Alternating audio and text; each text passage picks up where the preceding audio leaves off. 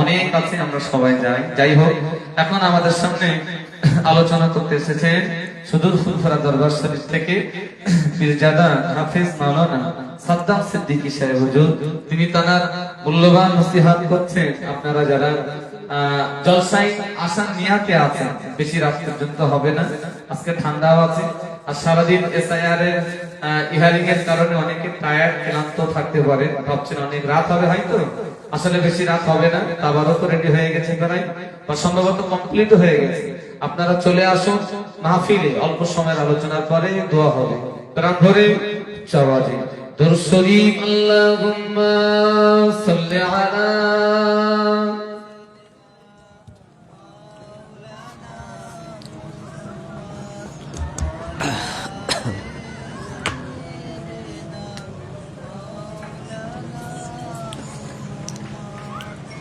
আসসালামু আলাইকুম ওয়া রাহমাতুল্লাহি ওয়া বারাকাতুহু।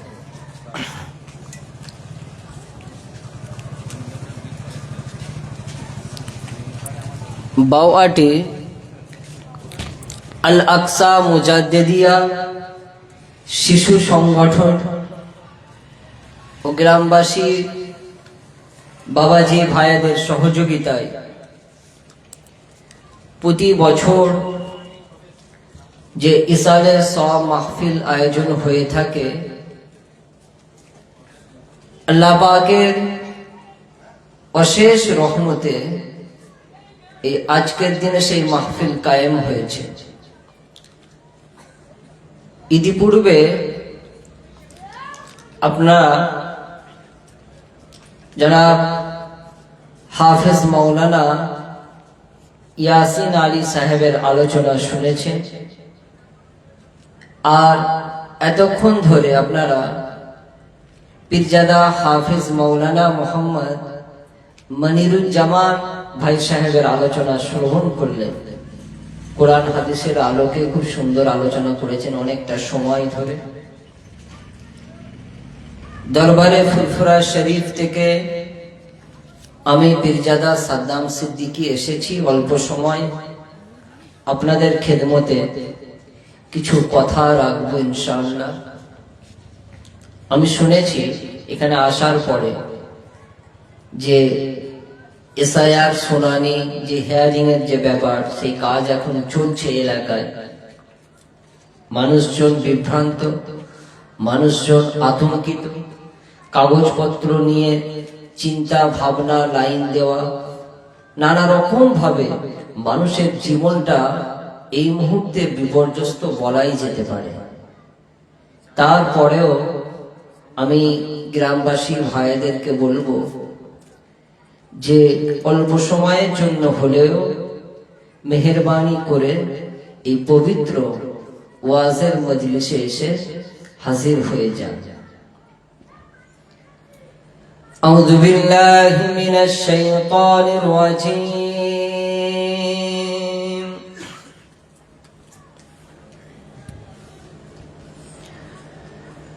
বিসমিল্লাহির রহমানির রহিম।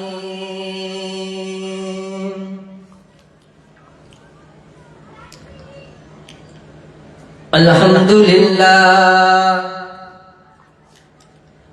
আলহামদুলিল্লাহ নাহমাদুহু ওয়া নাস্তাঈনুহু ওয়া নাস্তাগফিরুহু ওয়া নু'মিনু বিহি ওয়া নাতাওয়াক্কালু আলাইহি ওয়া নাউযু বিল্লাহি মিন শুরুরি আনফুসিনা ومن سيئات أعمالنا من يهده الله فلا مضل له ومن يضلله فلا هادي له ونشهد أن لا إله إلا الله وحده لا شريك له ونشهد أن سيدنا وسندنا وحبيبنا ومولانا محمدا عبده ورسوله فقد قال الله تعالى في كلامه المجيد والفرقان الحميد يا أيها الذين آمنوا اتقوا الله وقولوا قولا سديدا وقال الله تعالى في كلامه المجيد والفرقان الحميد إن الله وملائكته يصلون على النبي يا أيها الذين آمنوا صلوا عليه وسلموا تسليما اللهم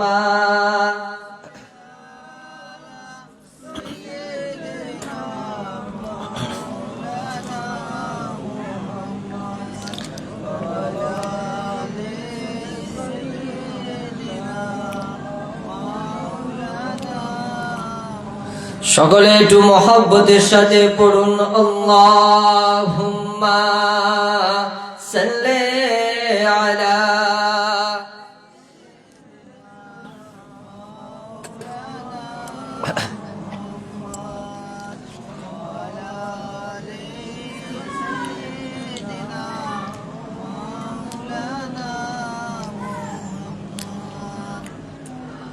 আরব সাগর পাড়ি দেব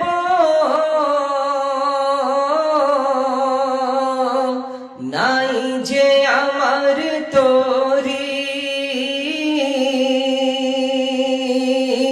পাখি নাই যে উড়ে যাব ডানাতে ভর করে আরব সাগর পাড়ি দেব নাই যে আমার তরি পাখি নাই তো উড়ে যাব ডানাতে ভর করে আমার আশা আছে সম্বল নাই আশা আছে সম্বল নাই করি কি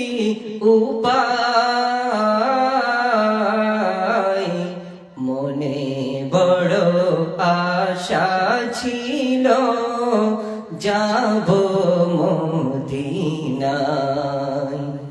মনে বড় আশা ছিল যাব মদিনায় সালাম আমি করব গিয়ে সালাম আমি করব গিয়ে নবীজির রওজায় মনে বড় আশা ছিল যাব মদিনায় আল্লাহুম্মা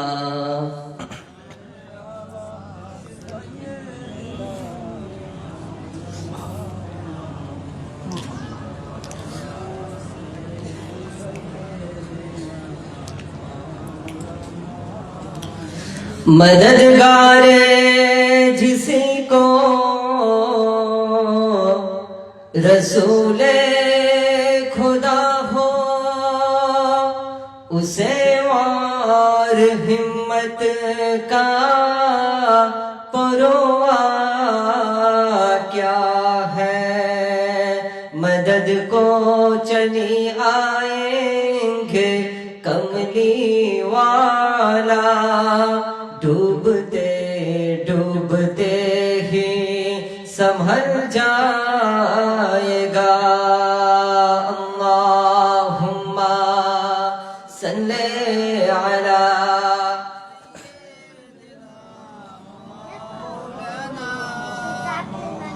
वअला आले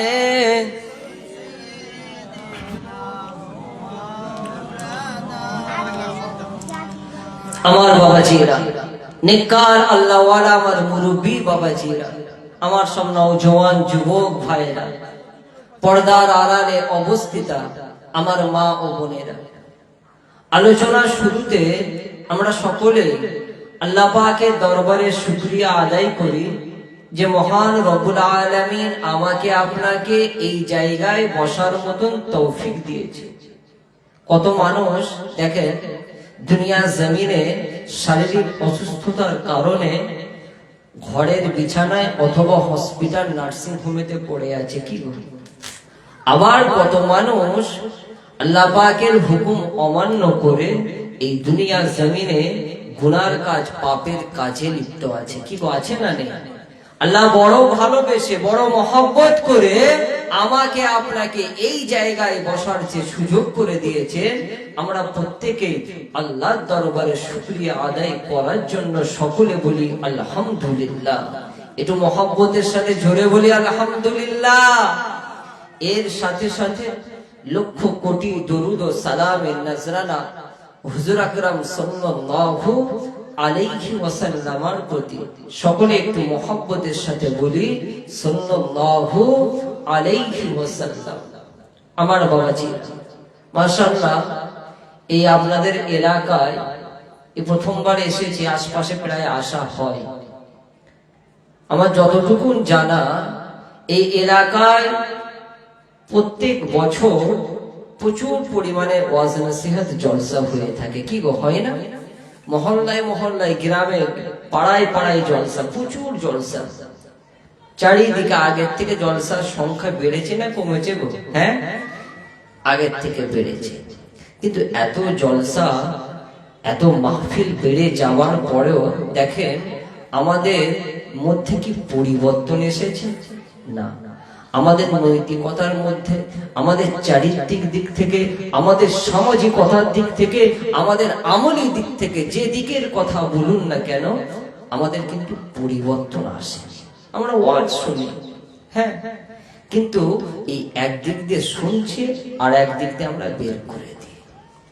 আল্লাহ পাক কোরআন শরীফের মধ্যে বলছেন কুন্না আলাইকুম শুহুদা ইজ তুফিদুনা ফি। আল্লাহ রাব্বুল আলামিন বান্দা বান্দীদের বলছে, বান্দা তোমরা স্মরণ রেখো, এ আমার বান্দা বান্দীরা তোমরা মনে রেখো, আমি আল্লাহ তোমাদের নিকটে হাজির রয়েছে। আমি আল্লাহ তোমাদের প্রতিটা বিষয়, যারা পরিমাণ বিষয় হলেও প্রত্যেকটা জিনিস আমি আল্লাহ আমি খেয়াল রাখি, আমি হাজির রয়েছি। বান্দা শুধু আমি খেয়াল রাখি না, ইজতুফিদুনা ফি, বান্দা তুমি যে আমলটা করছো তার প্রতি তুমি কতটা মনোযোগী আছো, তোমার এই মনের খেয়ালটা পর্যন্ত আমি আল্লাহ লক্ষ্য রাখি। একটু জোরে বলুন সুবহানাল্লাহ। আল্লাহ পাক বান্দাদের সব কাজ দেখেন, শুধু কাজ দেখেন না, ভালো কাজের বলেন আর মন্দ কাজ বলেন, ওই কাজের প্রতি মনটা কতটা রয়েছে এটা আমার আল্লাহ খেয়াল করেন, যে বান্দা তোদের মনোসংযোগটা কতটা আছে সেটা আমার কিন্তু দৃষ্টির আড়াল হয় না। বান্দা এটা মনের মধ্যে রাখবি, আমি আল্লাহ সবকিছু দেখছি। এই ভয়, এই চিন্তা, এই চেতনা যদি আমাদের মধ্যে থাকতো তাহলে ওয়াজ শুনে সেটাকে আমরা আমলে বাস্তব রূপটা দিতাম। কিন্তু আমরা এগুলো শুনি, শোনার পরেও ওই বাস্তবে যে আমল করতে হয় এটা আমাদের আর খেয়ালে থাকে না। কি গো বাবাজি, কথা ঠিক না ভুল? হ্যাঁ, বর্তমানে এই এসআইআর নোটিশ পাওয়ার পরে সবাই দেখছেন তো কত চিন্তা হচ্ছে, কত টেনশন হচ্ছে, বলেন কাগজপত্র সব ঠিক করছে, সবাই হিয়ারিং এ যাওয়ার পরেও মনে একটা ভয় যে ফাইনাল লিস্টে নাম থাকবে কি থাকবে না। দুনিয়ার জমিনে আমাদের মধ্যে যদি আল্লাহর ভয়ে এই রকম চিন্তার ফিকির হতো, আল্লাহর ভয়ে যদি আমাদের ভেতরটা এই রকম ভাবে কেঁপে উঠতো, আল্লাহর কসম করে বলি আমাদের আমলগুলো বৃথা যেত না, আমাদের দুনিয়ার জমিনে চলাফেরাটা আল্লাহর হুকুমের বাইরে হতো না, নবীর আদর্শ নবীর সুন্নাহর বাইরে আমাদের কথাবার্তা চলাফেরা হতো না। যদি আমাদের মধ্যে এই ভয়টা থাকতো, আমার আল্লাহর দরবারে আমরা কবুলিয়াতে জায়গা পেয়ে যেতাম। একটু জোরে বলুন সুবহানাল্লাহ। কিন্তু আমাদের ভয়টা নাই। আল্লাহ পাক আল্লাহ তাআলা বান্দা বান্দীদের লক্ষ্য করে বলতে লাগেন, এ আমার বান্দা বান্দীরা, কুন্না আলাইকুম শুহুদা, আমি আল্লাহ তোদের প্রতিটা জিনিসের প্রতি নজর রাখি, আমি আল্লাহ সেখানে সাক্ষী হিসেবে থাকি। বান্দা আমি হাজির থাকি, বান্দা তুই ভালো কাজ করিস মন্দ কাজ করিস, বান্দা তোদের যে ওই কাজের প্রতি তৎপরতা, কাজের প্রতি মনোসংযোগ, তোদের চিন্তা চেতনা ওই কাজের প্রতি কতটা রয়েছে, এটাও আমি আল্লাহ আমি এটাও খেয়াল করি। ও বাবাজিরা, তাই আজকে আপনাদের বলে দিয়ে যায়, এই চিন্তা ভাবনা এই মনের মধ্যে এই কথাটা যারা বেশি রাখতে পারে যে আল্লাহ তো দেখছে, আল্লাহর কাছে যেতে হবে, আল্লাহর সামনে কিভাবে দাঁড়াবো, এই চিন্তা এই ফিকির যাদের অন্তরের মধ্যে বেশি বেশি বেশি বেশি মধ্যে তাদের মধ্যে যাদের থাকে, আমার আল্লাহ বলেন ওই বান্দা বান্দি গুলো আর সাধারণ মানুষ থাকে না, ওই মানুষগুলো আমার বন্ধু হয়ে যায়, ওরা সাধারণ লোক থাকে না। আল্লাহ পাক খুশি হয়ে তখন বলেন, আলা ইন্না আউলিয়া আল্লাহি লা খাউফুন আলাইহিম ওয়া লা হুম ইয়াহজানুন, যারা আমার বন্ধু, যারা আমার ওলি বান্দা, ওদের কোনো ভয় নেই, ওদের কোনো চিন্তা নাই।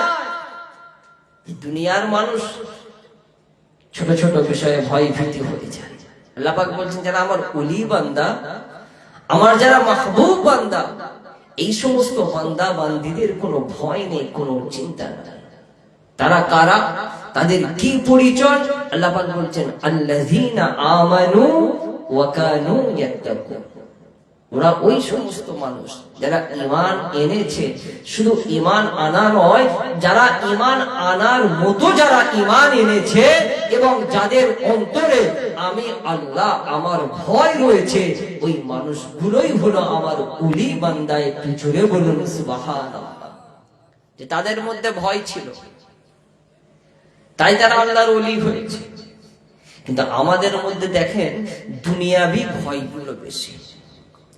আল্লাহ পাক আমাদের নাফরমানির কারণে, আমাদের গুনার কারণে আল্লাহ আমাদের মধ্যে দুনিয়ার ভয় ঢুকিয়ে দিয়েছে।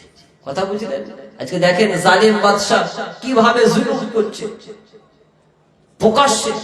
আজকে ভাবতে অবাক লাগে, এই কিছুদিন হলো, আপনারা হয়তো মুরব্বী মানুষ, হয়তো আপনারা জানেন না, এইসব ছেলেপুলেরা যারা এই ফেসবুক ইউটিউব সব ঘাটাঘাটি যারা করে তারা জানে, আমেরিকায় একটা ফাইল লিক হয়েছে, এপস্টিন ফাইল বলে। একজন মানুষ ওই ফাইলটা লিক করেছে, একটু একটু করে রিলিজ হচ্ছে, কয়েক মিলিয়ন পৃষ্ঠা, কয়েক হাজারের ওপর ভিডিও, কয়েক লাখের ওপর ছবি, যার মাধ্যমে গোটা বিশ্বের যে সমস্ত মানুষগুলোকে সারা পৃথিবীর মানুষ শ্রদ্ধা করত, সম্মান করত, তাদের যে বাস্তব রূপটা দুনিয়ার লোকের কাছে ফুটে উঠেছে। অবাক হয়ে যাবে, বিল গেটস থেকে শুরু করে বড় বড় সব রাজনৈতিক নেতা, বড় বড় সব শিল্পপতি এই কাণ্ডের সাথে জড়িত। একদম একটার পর একটা যে ফাইলে যে লিক হচ্ছে, কথাগুলো যদি শোনেন মাথা থেকে বেরোতে পারবে না। বাচ্চা বাচ্চা মেয়েগুলোকে ওরা ধর্ষণ করে মেরে ফেলতো, মেরে ফেলার পরে তাদের দেহগুলোকে কেটে তারা খেত। আর ওই লোকগুলোকে দুনিয়ার মানুষের কাছে বোঝানো হয় যে এরা হচ্ছে শান্তির পক্ষে। ওই মানুষগুলো মুসলমানদেরকে জঙ্গি বলে। আর ওদের চরিত্র দুনিয়ার মানুষের কাছে যখন প্রকাশ হয়ে গেছে, আজকে সারা পৃথিবীর মানুষ তাজ্জব যে এরা কারা, আমরা কাদেরকে এতদিন মাথায় তুলে নাচতাম, কাদের আমরা প্রশংসা করতাম। দেখবেন মোটিভেশন স্পিকার যারা মানুষকে মোটিভেট করে, তারা দেখবেন কথায় কথায় বিল গেটস এর কথা বলে, স্টিফেন হকিং এর কথা বলে। তো এই সমস্ত লোকগুলোর যখন আসল রূপটা দুনিয়ার লোকের কাছে প্রকাশ হয়ে গেছে, মানুষ অবাক হয়ে গেছে যে এরা কারা।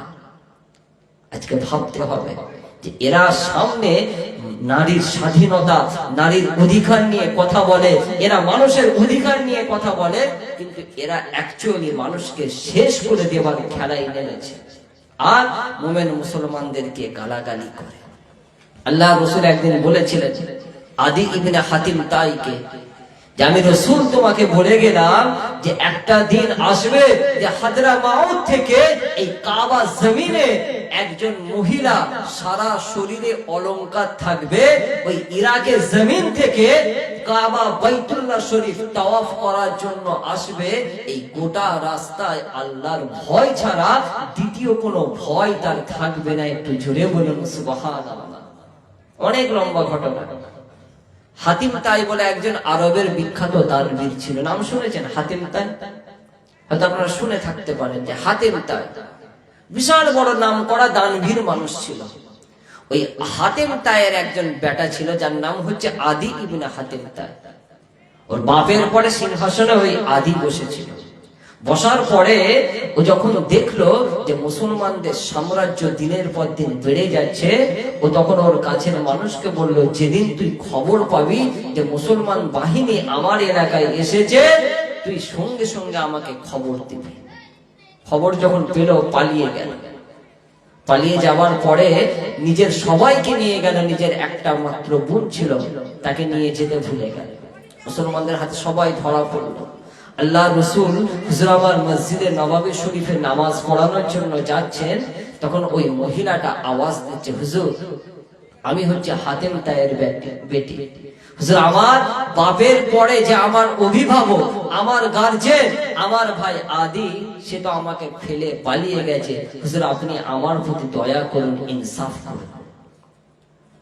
আল্লাহ রাসূল আল্লাহর হাবিব হুজুরের কানে যখন এই কথাটা চলে যায়, ও বাবা জিরা, আল্লাহ রাসূল হুজুর আমার সেই সময় ওই হাতিম তাইয়ের বেটিকে লক্ষ্য করে বলেছিল যে তোমার ভাই আদি ইবনে হাতিম তাই, সে আমি রাসূল আমার কাছ থেকে পালিয়ে গেল।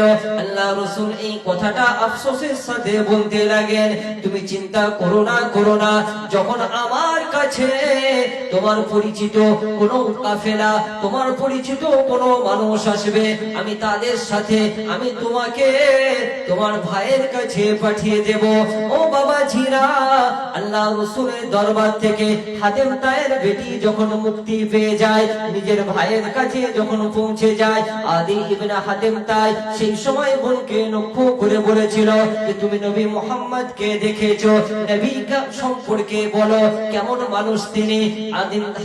আদি ইবনে হাতিম তাইকে লক্ষ্য করে তার বোন তখন বলতে লাগে, ও আমার ভাই আদি, আল্লাহ রাসূল যখন তোমার পালিয়ে যাওয়ার খবরটা যখন শুনে, আল্লাহ রাসূল আমাকে বলেছিল যে আদি আমি রাসূল আমার কাছ থেকে পালিয়ে গেল, আল্লাহ রাসূলের কাছ থেকে চলে গেল। এই নবীর সংস্পর্শে গিয়ে নবীকে দেখে আমার মনে বিশ্বাস হয়েছে উনি বারহাক সত্য নবী। যদি তুমি তার কাছে যাও, আমার আল্লাহ তোমার সম্মানটা বাড়িয়ে দেবে, এমন পালিয়ে পালিয়ে বেড়াতে তোমায় হবে না। ভাইকে বোঝাচ্ছে যে দেখো, যখন রাসূল তোমার কথা শুনলো যে তুমি পালিয়ে গেছো, তো আল্লাহ রাসূল বললো যে আল্লাহ রাসূলের কাছ থেকে পালিয়ে গেল, তো তুমি যদি যাও তার কাছ থেকে, তোমার সম্মান নষ্ট হবে না। তো তিনি বোনের কথা শুনে আমার রাসূলের কাছে আসলেন। আসার পর আল্লাহ রাসূল খুব খুশি হলেন, একদম হাতটা ধরে নবী আমার নিজের বাড়ির দিকে নিয়ে যাচ্ছেন। কিছুটা গেলেন, একজন মহিলা আমার রাসূলকে দাঁড় করালো, বৃদ্ধা মহিলা। আল্লাহ রাসূল আদি ইবনে হাতিম তাইকে পাশে দাঁড় করিয়ে তার সমস্যার কথা শুনলেন এবং সমস্যার সমাধান করে দিলেন। এই অবস্থায় ওই আদি মনে মনে ভাবছে এই লোকটা সাধারণ কোনো বাদশাহ না। সাধারণ কোনো যদি বাদশাহ হতো তাহলে প্রজাদের জনগণের সমস্যা এই রকম ভাবে শুনতো না, নিশ্চয়ই সাধারণ মানুষের নিয়ম। আবার আমার রসুলের সাথে গেলেন, বাড়িতে যাবার পরে আল্লাহ রসুলের ঘরে দেখছে যে তেমন কোনো আসবাব নেই। আল্লাহ রসুল একটা আঁশের তৈরি একটা গদি মতন ছিল, তাতে বসতে দিলেন। তো আদি ইবনে হাতেম তাই বসতে চাইছে না। নবী আমার বললেন যে আপনি মেহমান, আপনি বসুন। তো সেই জায়গায় বসবো। বসার পর আমার রসুল বলছে, বাবা আদি, তুমি কেন ঈমান আনছো না? তোমার কি মনে একটা ভয় হচ্ছে যে মুসলমানদের সংখ্যাটা কম? তোমার মনে কি ভয় হচ্ছে যে মুসলমানদের শক্তিটা কম? এই ভয়ে কি তুমি ঈমান আনছো না? আদি ইবনে হাতেম তাই মাথাটা নিচু করে করেছে, কোনো জবাব দেয় না। আল্লাহ রাসূল, আল্লাহর হাবিব, দিন দুনিয়ার বাদশা হাবিবুল্লাহ নবী মুহাম্মদ রাসূলুল্লাহ সাল্লাল্লাহু আলাইহি ওয়াসাল্লাম হুজুর আমার সেই সময় ওই আদিকে লক্ষ্য করে বলেছিল, ও বাবা আদি, আমি রাসূলুল্লাহ তোমাকে জানিয়ে দিলাম আজকে মুসলমানের সংখ্যাটা কম দেখে তুমি যদি মনে মনে ভাবো যে চারিদিকে মুসলমানদের দুশমন রয়েছে, সামান্য কয়েকজন মুসলমান এদের পক্ষ নিলে, এদের পক্ষে থাকলে আমার ক্ষতি হয়ে যাবে, আমি রাসূলুল্লাহ আল্লাহর কসম করে বলি, তুমি অতি স্বল্প সময়ের মধ্যে, খুব কয়েক দিনের মধ্যে তোমার সামনে এমন একটা দৃশ্য দেখা যাবে, তুমি নিজের চোখে এমন একটা দৃশ্য দেখতে পাবে, শুধু একজন দুজন নয়, হাজার হাজার মানুষ তারা ঈমানের কলেমা পড়ে নেবে, একজন দুজন নয়, আমি রাসূলুল্লাহ জানিয়ে দিলাম দলে দলে মানুষ তারা ইসলামের ছায়া তলে আসার চেষ্টা করবে। ও বাবা আদি, যদি মনে হয় মুসলমানদের সম্পদটা কম রয়েছে, এরা টাকা পয়সার দিক থেকে দুর্বল, আমি রাসূল তোমাকে জানিয়ে দিলাম এমন একটা দিন, এমন একটা সময় চলে আসবে যেদিন মুসলমানদের এত ধন সম্পদ, এত অর্থ হয়ে যাবে, এরা যাকাত দেওয়ার জন্য মানুষের দাঁড়ে দাঁড়ে খোঁজ করতে লাগবে, পাড়ায় পাড়ায়, মহল্লায় মহল্লায় ঘোষণা দেয়া হবে, কিন্তু যাকাত নেবার মতো কাউকে পাবে না। আল্লাহ রাসূল বললেন, তিনটে কথা বলেছিলেন যে অল্প সময়ের মধ্যে তুমি দেখবে এই মুসলমানদের সংখ্যাটা আমার আল্লাহ হাজার হাজার নয়, লাখ লাখ গুণ বাড়িয়ে দেবেন। একটু জোরে বলুন সুবহানাল্লাহ। আর তুমি ভাবছো গরিবী আছে টাকা পয়সার দিক থেকে, আল্লাহর রহমতে এমন দিন সামনে আসছে তুমি দেখতে পাবে যে যাকাত নেবার লোক পাওয়া যাবে না। আর তুমি শক্তি সম্পর্কে হয়তো ভয় পাচ্ছ, আমি রাসূল তোমাকে জানিয়ে দিলাম ওই ইরাকের জমিন থেকে একজন মহিলা সারা শরীরে সোনার অলংকার পরে সে একাকী কাবা বাইতুল্লাহ শরীফ তাওয়াফ করতে আসবে। এই গোটা রাস্তায় আল্লাহর ভয় ছাড়া দ্বিতীয় কোনো ভয় তার থাকবে না। একটু জোরে বলুন সুবহানাল্লাহ। তো আদি ইবনে হাতেম তাইকে আল্লাহ অনেক দিনের হায়াত দিয়েছে, উনি ওনার নিজের চোখে সব দেখেছেন। দুটো জিনিস দেখেছেন, একটা দেখা হয়নি, সেটাও কিছুদিন পরে ঘটেছে। আল্লাহ রাসূল, আল্লাহর হাবিব হুজুর আমার আদিকে লক্ষ্য করে বলেছিলেন যে অল্প দিনের মধ্যে ঈমানের রাস্তায় হাজার হাজার মানুষ আসবে।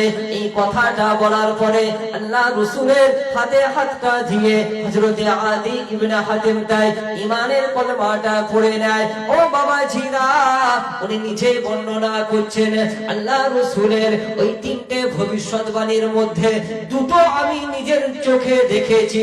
যেদিন মক্কা বিজয় হলো, আমার আল্লাহ যেদিন মুসলমানদের এই মক্কা জমিনে বিজয়ের বেশে প্রবেশ করালেন, ওই দিনে হাজার হাজার মানুষ তারা ইসলামের মধ্যে প্রবেশ করে, হাজার হাজার মানুষ তারা আল্লাহকে আল্লাহ বলে মেনে নেয়, রাসূলকে রাসূল বলে মেনে ঈমানের কলমা পড়ে মুসলমান হয়ে যায়। নিজের চোখে দেখে। দ্বিতীয় নম্বর আমার রাসূল বলেছিলেন যে তুমি নিজের চোখে দেখতে পাবে মুসলমানদের সম্পদটা কেমন ভাবে বেড়ে যায়।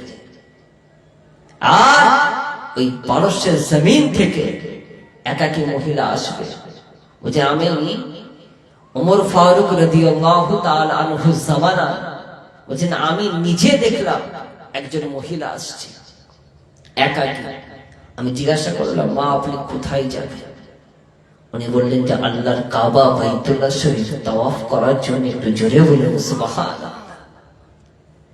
ওই মহিলা জামান থেকে এই কথাটা শোনার সাথে সাথে আদি ইবনে হাতিম তাই বলতে লাগে, আমার রাসূল সত্য বলেছেন, আমার নবীর কথা কোনোদিন মিথ্যা হতে পারে না, পারে না। আল্লাহ রাসূল আল্লাহর হাবিব হুজুর আমার নিজের জবানে জানিয়েছিলেন, বাবা আদি তুমি একটা দিন দেখবে একজন মহিলা একাকী রাস্তায় হাঁটবে, কোনো ডাকাত তাদের আক্রমণ করবে না, কোনো মানুষ তার প্রতি জুলুম করবে না।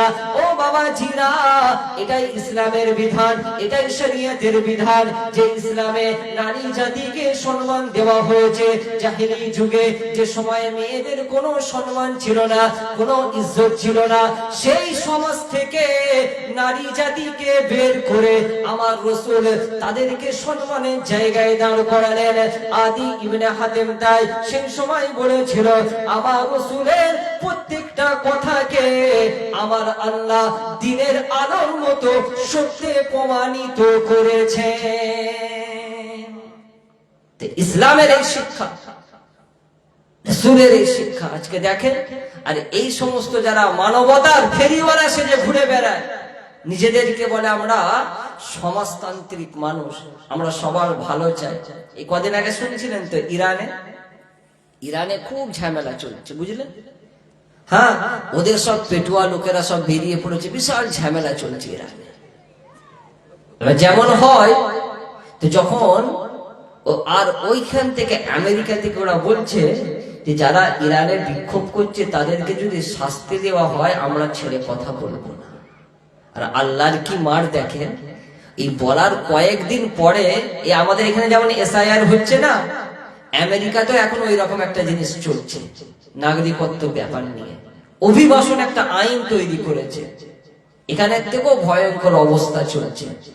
ওই যে দপ্তর কাজ করছে তাদেরকে বলেছে প্রতিদিনে 3000 করে লোক ধরা যায়, প্রতিদিন 3000 করে তোমরা মানুষ ধরবে, যার গ্রিন কার্ড আছে তাকেও ধরছে, যার নেই তাকে ধরছে। তো সেটাকে কেন্দ্র করে একটা বিশাল বিক্ষোভ, আর যারা বিক্ষোভ করছে তাদেরকে প্রশাসনের লোকেরা মারছে। ওরা ইরানের কথা বলছে আর নিজের দেশের মানুষকে নিজেরাই মারছে। আজকে তো বর্তমান খোলা দুনিয়া, সবকিছু তো প্রকাশ পরিষ্কার, ইন্টারনেটের জামানা, মানুষ সমালোচনা করছে, দেখেছে দুঃখ নীতি।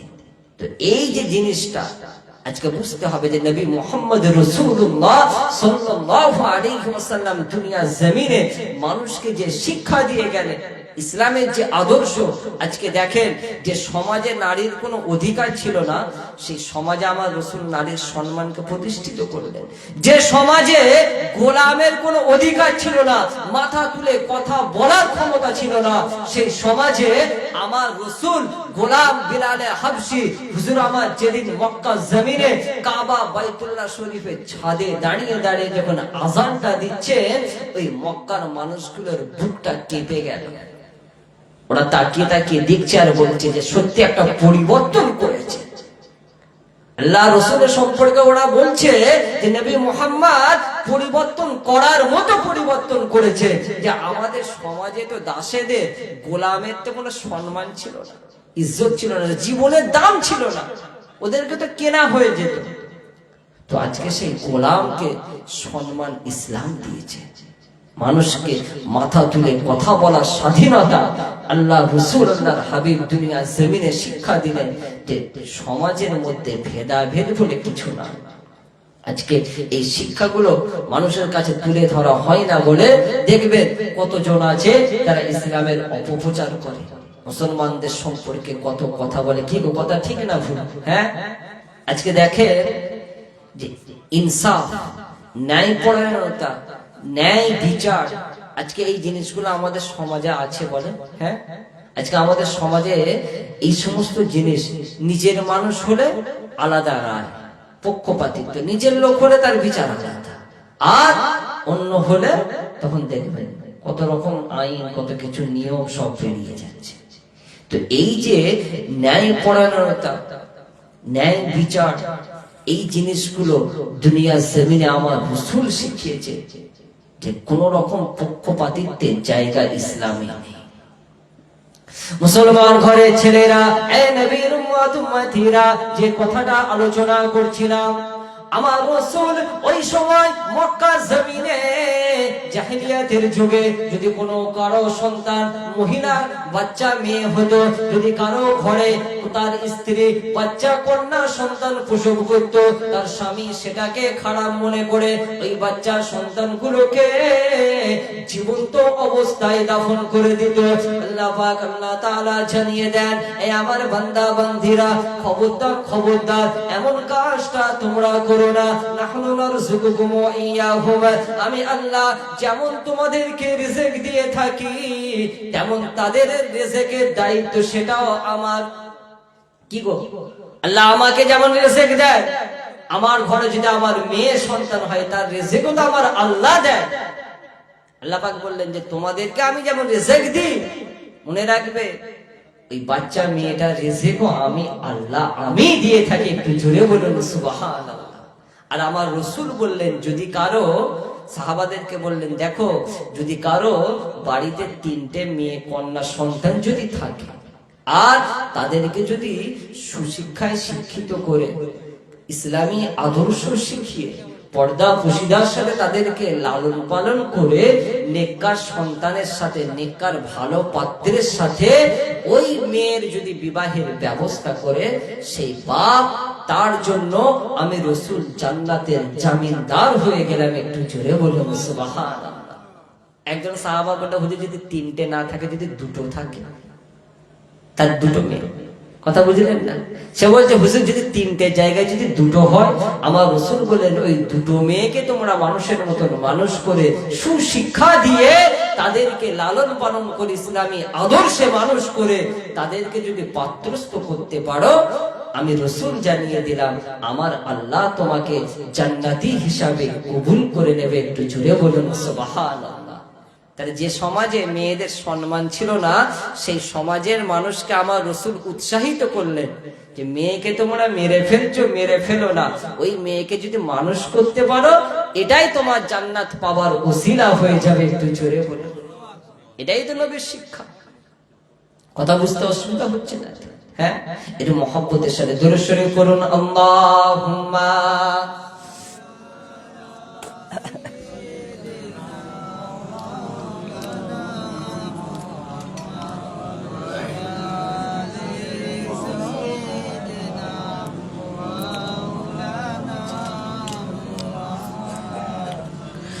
আল্লাহুম্মা সাল্লি আলা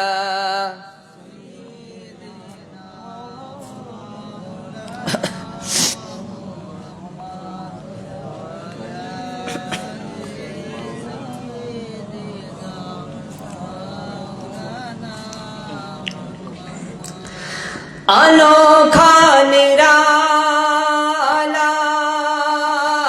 वो जीशान आया, वो सारे रसूलों का सुल्तान आया। जोरा होवे ना सुबहानअल्लाह। अनोखा निराला वो जीशान आया, वो सारे रसूलों का सुल्तान आया।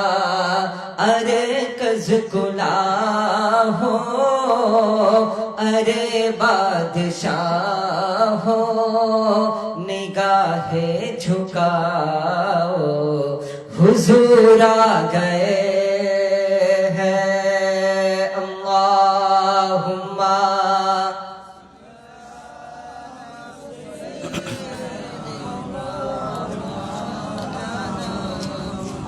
वाला आले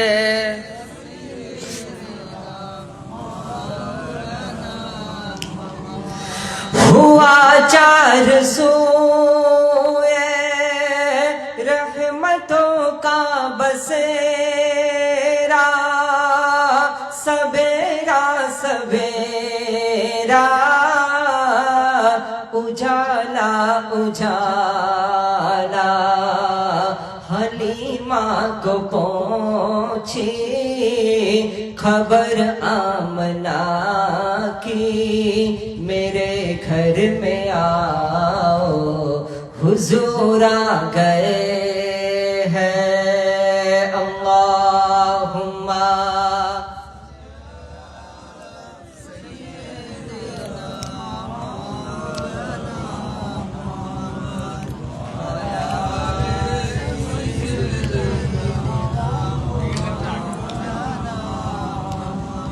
আমার বাবা ছিরা তো যে কথাটা বলছিলাম আল্লাহ পাক বললেন বান্দা আমি আল্লাহ যেমন তোমাদের রিজিকের ব্যবস্থা করে থাকি তেমন তোমাদের কন্যা সন্তান তাদেরও রিজিকের দায়িত্ব সেটা আমি আল্লাহ আমার একটু জোরে বলুন সুবহানাল্লাহ আল্লাহ পাক কোরআন শরীফে আরো একটা জায়গায় বললেন ওয়াইদাল মাউউদাতু সুইলাত বিআইয়ি যামবিন কুতিলাত আল্লাহ পাক সেদিন তাদেরকেও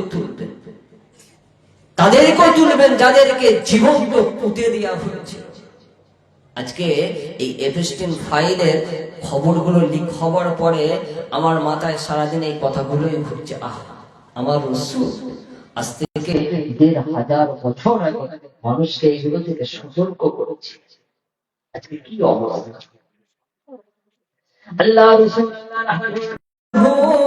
হুজুরের একটা দিন মন খারাপ মন বসে বসে যেন চিন্তা করেন দুটো চোখ দিয়ে টপ টপ করে পানি ঝরতে থাকে আমার রাসূল জিজ্ঞাসা করেন ও বাবা দাহিয়া কি ব্যাপার কি চিন্তা করো কেন তোমার মনটা খারাপ আল্লাহ রাসূলের জবাবে দাহিয়াতুল কলবি হুজুর আমার বলেছিলেন ইয়া রাসূলুল্লাহ ইয়া হাবিবাল্লাহ হুজুর আমি তো আপনার হাতে হাত দিয়ে ঈমান এনেছি হুজুর আমি ঈমানের কলমা পড়ে নিয়েছি হুজুর আল্লাহর প্রতি ঈমান এনে আপনাকে রাসূল বলে মেনে মুসলমান হয়ে গিয়েছি তবে হুজুর এমন একটা বিষয় এমন একটা জিনিস সেটা আমার মাথা থেকে সব সময় চিন্তা হয় আমার মাথা থেকে ওই কথাটা বুঝতে পারি না আল্লাহ রাসূল বলেন ও বাবা দাহিয়া কি কথা বাবা কি চিন্তা কি তোমার ভাবনা সেই সময় রাসূলকে লক্ষ্য করে বলেছিল হুজুর আমি ঈমান আনার আগে আমার জীবনে এমন একটা অন্যায় এমন একটা গুনাহ এমন একটা পাপের কাজ করেছি আমি চলতে ফিরতে উঠতে বসতে সব সময় ওই পাপটা আমাকে কষ্ট দেয় সব সময় হুজুর আমি ঈমান এনেছি মুসলমান হয়েছি তবে ঈমান আনার আগে আমার জীবনের একটা ঘটনা আল্লাহ রাসূল বললেন বাবা দাহিয়াতুল কলবি কি হয়েছিল আল্লাহ রাসূলকে বললেন হুজুর আপনি জানেন আমাদের সমাজে মেয়ে ছেলে হলে তাদেরকে বাঁচিয়ে রাখা হতো না সেটা বাপেদের জন্য লজ্জার ছিল তো হুজুর আমি দেশ বিদেশে ব্যবসার জন্য চলে যেতাম একবার সিরিয়ার জন্য বের হলাম আমার স্ত্রী তখন গর্ভবতী ছিল তো 1 বছর 2 বছর প্রায় 2.5 বছরের অধিক সময় আমি সিরিয়ার জমিনে ব্যবসা করে আমি যখন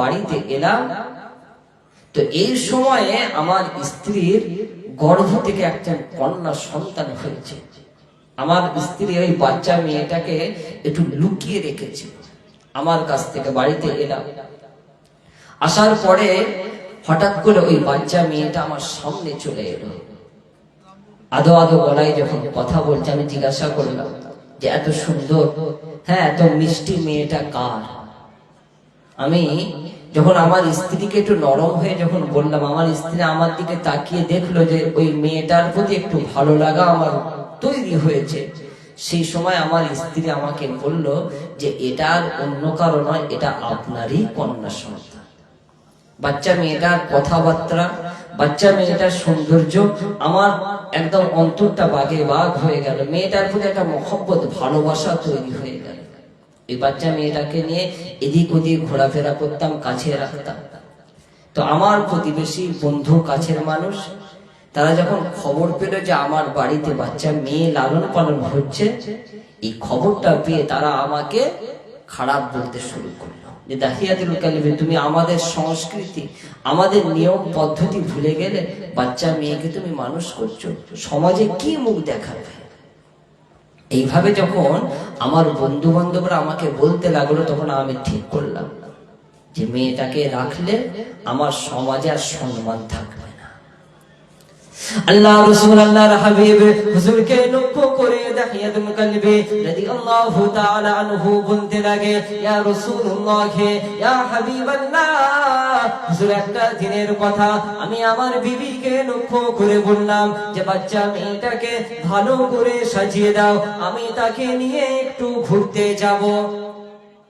হুজুর আমার মনটা এত পাষাণ, হুজুর আমার মনটা এতটা কঠিন ছিল সেই সময়। আমার বিবি আমার কথা বিশ্বাস করে এই বাচ্চা মেয়েকে সুন্দরভাবে সাজিয়ে আমার সাথে পাঠিয়ে দেয়। আমি আমার মেয়েকে নিয়ে আস্তে আস্তে আস্তে আস্তে নিজের এলাকাটা পার হয়ে মরুভূমির রাস্তা ধরে অনেকটা দূরে চলে গেলাম একটা নির্জন জায়গায়, প্রায় জঙ্গলের কাছাকাছি গিয়ে আমি যখন হাজির হয়ে গেলাম, আমার শরীরটা ক্লান্ত।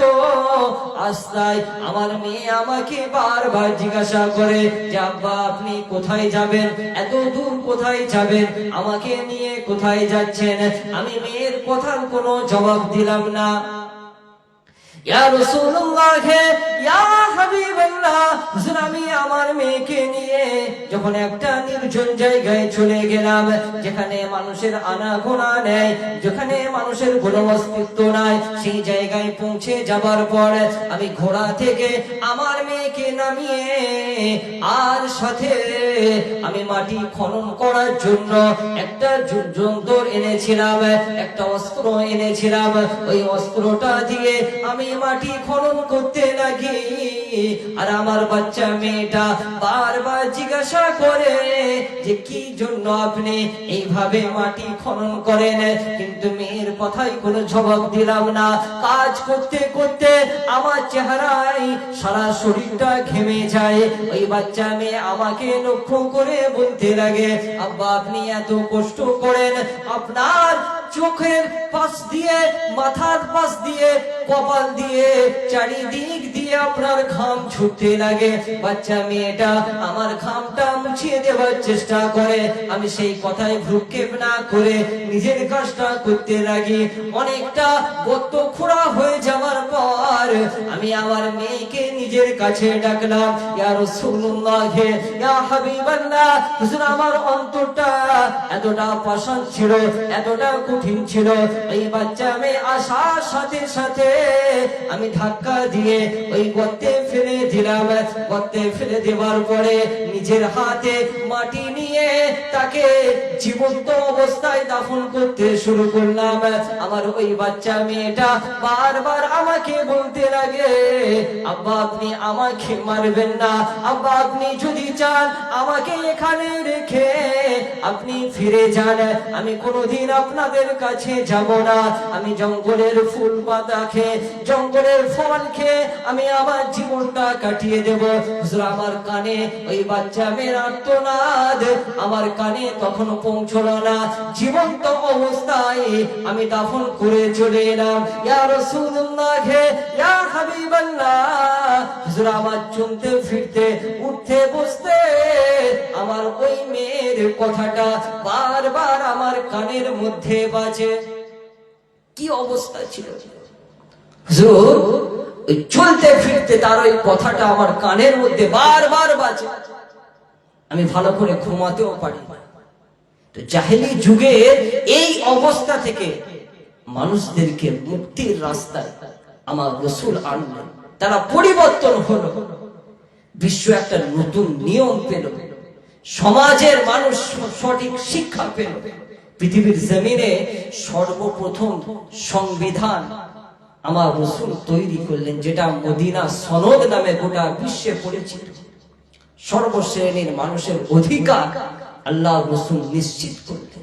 আজকে দেখেন সমাজে মানুষের অধিকার কেড়ে নেওয়া হচ্ছে। আজকে এত অসুবিধা, এত গন্ডগোল, এর সব থেকে বড় কারণ আজকে মানুষের অধিকারকে নষ্ট করা হচ্ছে। কি কথা ঠিক না? হ্যাঁ, যারা অর্থের দিক থেকে যারা গরিব, হ্যাঁ, পিছিয়ে পড়া মানুষ, শিক্ষার দিক থেকে, অর্থের দিক থেকে, সামাজিকতার দিক থেকে যে মানুষগুলো পিছিয়ে পড়েছে, আজকে দেখেন তাদেরকে কিভাবে হেনস্থা করা হচ্ছে, কি বলি, হ্যাঁ, কিভাবে তাদেরকে কষ্ট দেওয়া হচ্ছে। আজকের দিনে আমার নবীর আদর্শের কথা একটু লোকের কাছে পৌঁছাবে। আমার রাসূল কিভাবে সমাজে ন্যায় নীতি শাসন কায়েম করেছিলেন, আর সেই আদর্শের মাধ্যমে গোটা বিশ্বের মানুষ আজকে ইসলামের প্রতি আকৃষ্ট হয়েছে। ওই মক্কা জমিন থেকে, ওই মদিনা জমিন থেকে আজকে ইসলাম গোটা বিশ্বে ছড়িয়ে পড়েছে আমার রাসূলের আদর্শ শিক্ষা দেখে। একটু জোরে বলুন সুবহানাল্লাহ। আল্লাহ রাসূল আল্লাহর হাবিবের সাহাবী, চার খলিফার এক খলিফা হযরতে শেরে খোদা আলী রাদিয়াল্লাহু তাআলা আনহু। হুজুরের জীবনের কথা মনে পড়ে যায় যে সময় উনি খেলাফতের দায়িত্বে আছেন। খেলাফতের দায়িত্বে আছেন, হঠাৎ তিনি লক্ষ্য করে দেখেন নিজের লড়াই করার বর্মটা হারিয়ে গেছে। ওই যে যুদ্ধের যে ঢাল, ওটা হারিয়ে গেছে। হযরত আলী রাদিয়াল্লাহু তাআলা আনহু দেখলেন যে একজন ইহুদির কাছে ওই ঢালটা রয়েছে। উনি গিয়ে ইহুদিকে বললেন, ভাই এটা তো আমার ঢাল। হযরত আলী তখন খলিফা, আমিরুল মুমিনিন, খলিফাতুল মুসলিমিন, তার ঢাল যখন একজন ইহুদির কাছে, তো সেই সময় হযরত আলী ইহুদিকে যখন বললেন, ইহুদি বলছে প্রমাণ কি, আপনার ঢালের প্রমাণ কি আছে? হযরত আলী রাদিয়াল্লাহু তাআলা আনহু বলেন, তাহলে এক কাজ করে বিচারকের কাছে চল।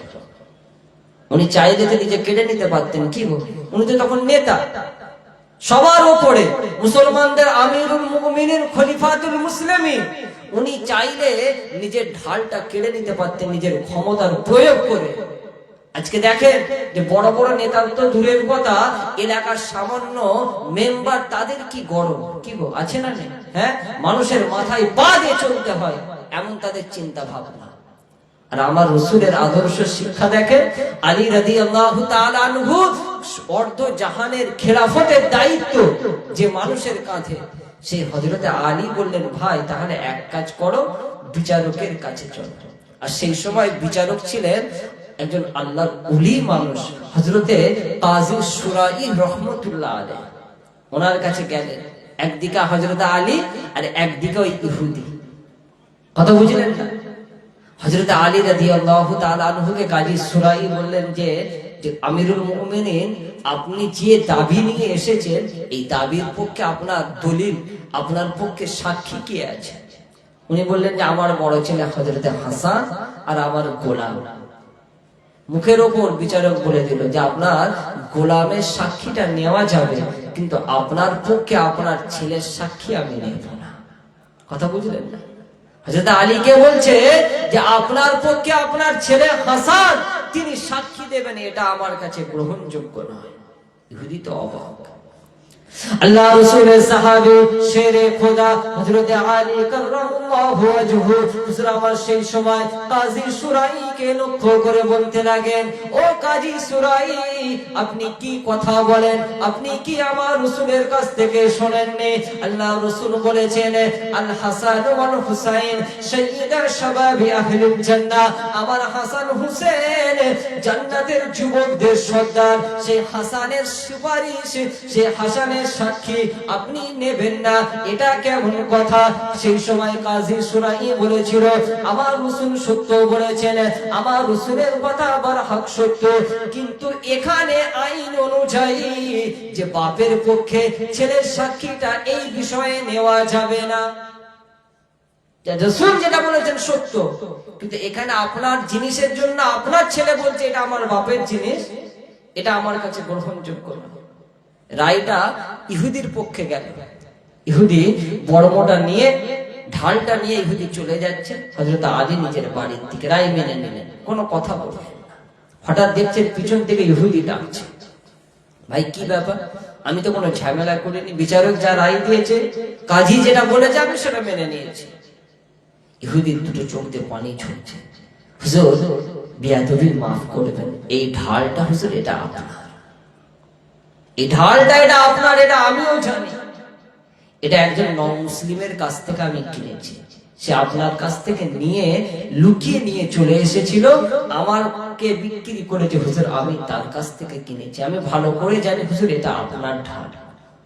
কিন্তু আমি আপনাকে একটু পরীক্ষা করলাম, ইসলামের আদর্শ, ইসলামের শিক্ষা একটু আমি পরীক্ষা করলাম। আমিরুল মুমিনিন, খলিফাতুল মুসলিমিন, আমি একজন ইহুদি, আমি আপনার বিরুদ্ধে বিচারকের কাছে যখন দাঁড়ালাম, আমি মনে মনে ভাবছিলাম বিচারক হয়তো রায়টা আপনার পক্ষে দেবে, কিন্তু না না না, ইসলামের শিক্ষা, নবীর শিক্ষা, নবীর আদর্শ এত উত্তম আদর্শ যে ইসলাম দুনিয়ার জমিনে মানুষকে ন্যায় আদর্শের শিক্ষা দেয়, ন্যায় বিচারের শিক্ষা দেয়, ইনসাফের শিক্ষা দেয়। হুজুর আজকে মুসলমানদের ইনসাফ দেখা হয়ে গেছে, হুজুর আজকে ইসলামের আদর্শ দেখা হয়ে গেছে। ও আমিরুল মুমিনিন, আপনি আপনার ঢালটা গ্রহণ করে নিন, হুজুর আপনি হাতটা বাড়িয়ে দিন। আমি আজকে সবার সামনে ঘোষণা দিলাম, আল্লাহকে আল্লাহ বলে মেনে, রসুলকে রসুল বলে মেনে ইমানের কলমা পড়ে মুসলমান হয়ে গেলাম। সঙ্গে সঙ্গে মুসলমান হয়ে গেল। এটাই ইসলামের আদর্শ শিক্ষা, যে ন্যায় বিচার, ইনসাফ, আদল।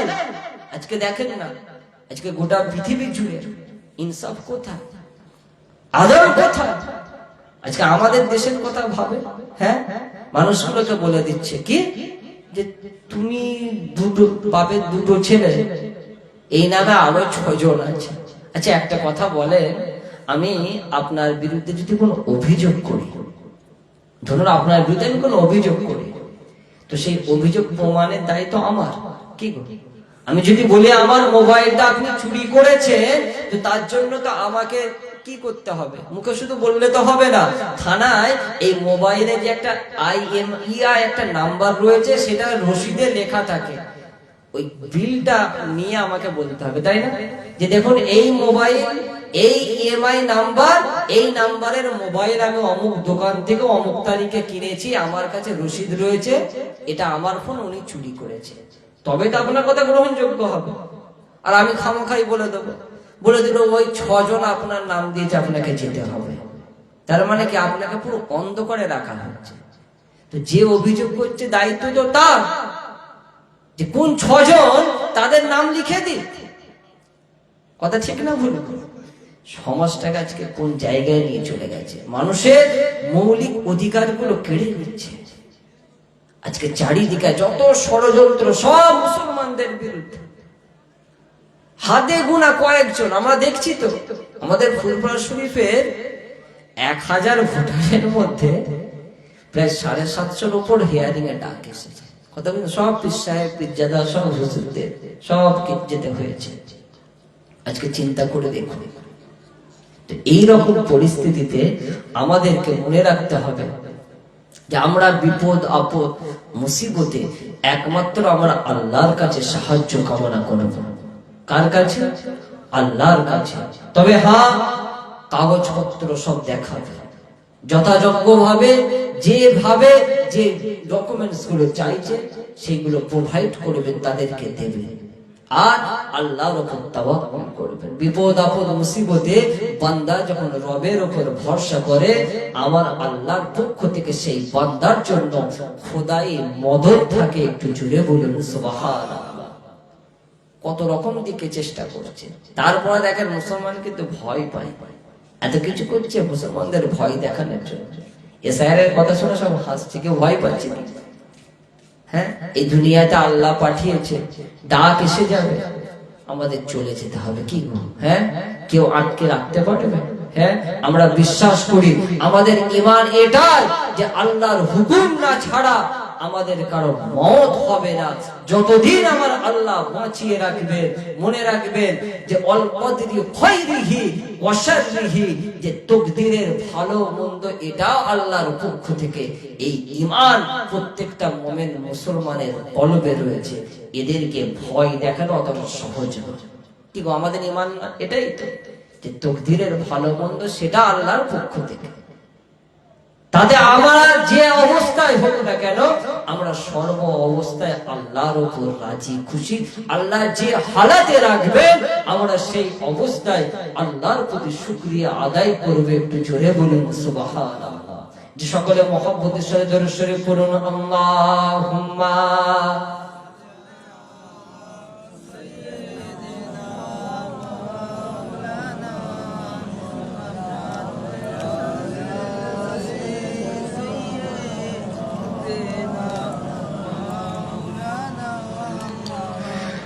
সব ইয়ং ছেলেগুলো সব একদম পিছন দিকে সব কমেডি, সব এই জলসা তো আমি শুনেছি সব বাচ্চা ছেলেদের জলসা।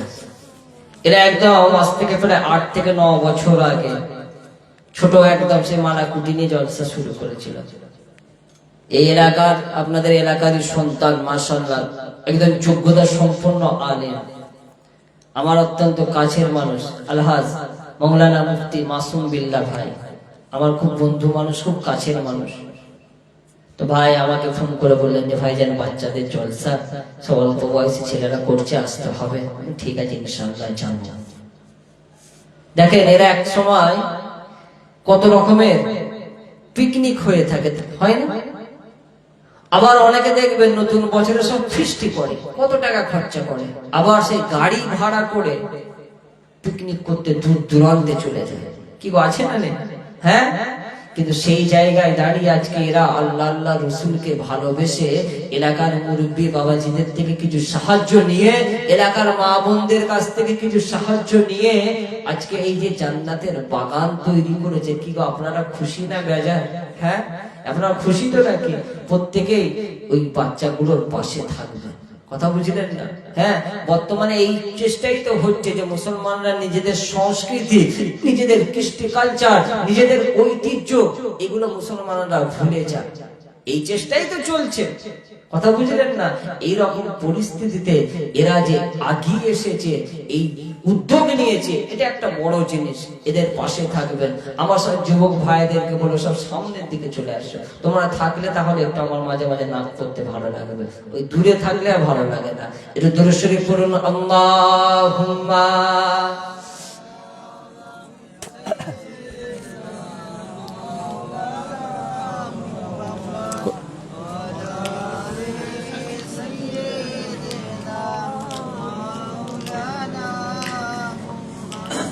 तकबीर, नारे तकबीर, नारे तकबीर, नारे तकबीर। सिलसिला हक मुजद्दिदुज़्ज़मान, मुजद्दिद ज़मानेर हक सिलसिला বাওয়াটি আল আকসা মুজাদ্দিদিয়া শিশু সংগঠনের বাৎসরিক কিসালে সওয়া, নারে তাকবীর। মাশাআল্লাহ মাশাআল্লাহ। নবীর মহব্বতে, নবীর ভালোবাসায় মাঝে মাঝে আমি একটু উর্দু নাত পড়ি, বাংলা নাত পড়ি। আল্লাহ রসুলের মহব্বতে, আল্লাহ রসুল একজন সাহাবী ছিল হযরত হাসান বিন সাবিত রাদিয়াল্লাহু তাআলা আনহু, শায়েরে রাসূল ছিলেন, কথা বুঝলেন? আল্লাহ রসুল মসজিদে নববী শরীফে একটা মেম্বার করে দিলেন যে বাবা হাসান, তুমি এই মেম্বারের উপর দাঁড়িয়ে আমি রসুল আমার মহব্বতের নাত মানুষকে শোনাবে। স্বয়ং জিবরিল আমিন আল্লাহর হুকুমে তোমাকে সাহায্য করবে। একটু জোরে বলুন সুবহানাল্লাহ। दो आलम में हर सू हुए उजाला, मेरे मुस्तफा आ गए, मेरे मुस्तफा आ गए। दो आलम में हर सू उजाला हुआ, मेरे मुस्तफा आ गए, हबीबे खुदा आ गए। पैगंबर चले वक्त हिजरत जो आया, तो बिस्तर पे अपने अली को सुलाया। पैगंबर चले वक्त हिजरत जो आया, तो बिस्तर पे अपने अली को सुलाया। चिरागे मोहब्बत सब जलाने लगा, मेरे मुस्तफा आ गए। अल्लाहुम्मा सल्ले अला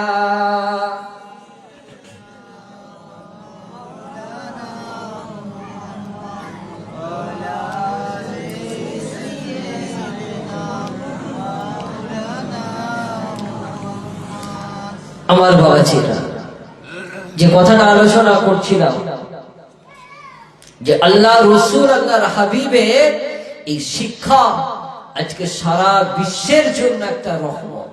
যারা এই শিক্ষাকে গ্রহণ করেছে তারা সঠিক রাস্তাটা পেয়েছে। আল্লাহ পাক বললেন, আমি আল্লাহ আমার হাবিবের উপর যে কোরআন পাঠালাম। আজকে দেখেছেন তো কোরআনের বিরুদ্ধে ষড়যন্ত্র হচ্ছে। আমাদের এই বাংলার একজন বলেছে কোরআন সম্পর্কে, শুনেছেন তো? শুধু আজ বলে নয়, হাজার বছর ধরে কত মানুষ এই কোরআনের বিরুদ্ধে ষড়যন্ত্র করেছে। আমার আল্লাহ তাদেরকে ধ্বংস করে দিয়েছে। কিয়ামত পর্যন্ত এই কোরআনের সামান্য নুকতার ক্ষতি কিয়ামত পর্যন্ত কেউ করতে পারবে না। আর এই কোরআনের হেফাজতের দায়িত্ব স্বয়ং আমার আল্লাহ নিয়েছে, দুনিয়ার মানুষের নয়। কথা বুঝলেন? এই বুঝলেন? সামনের দিকে গেছে, এই তো সব চলে এসো। বুঝলেন? একদম সামনে, আমার সামনে, একদম সামনে, এইখানে এইখানে সব এইখানে এসে তকবীর দাও তো দেখি না। আর তকবীর, এই যে এরা হচ্ছে সব পরবর্তী জেনারেশন। মাশাআল্লাহ, আর বছর 3-4 পরে মাশাআল্লাহ এরা সব আমাদের দায়িত্ব নেবে, এরা সব কাজে আগিয়ে আসবে। এরাই তো সব ভবিষ্যৎ। হ্যাঁ, এখন থেকে এদের উৎসাহ দিতে হবে। দেখবে মসজিদে বাচ্চা ছেলেরা যায়, হ্যাঁ, একটু বদমাইশি করলে বড়রা রাগারাগি করে তাড়িয়ে দেয়। ওইভাবে তাড়িয়ে দেবে না।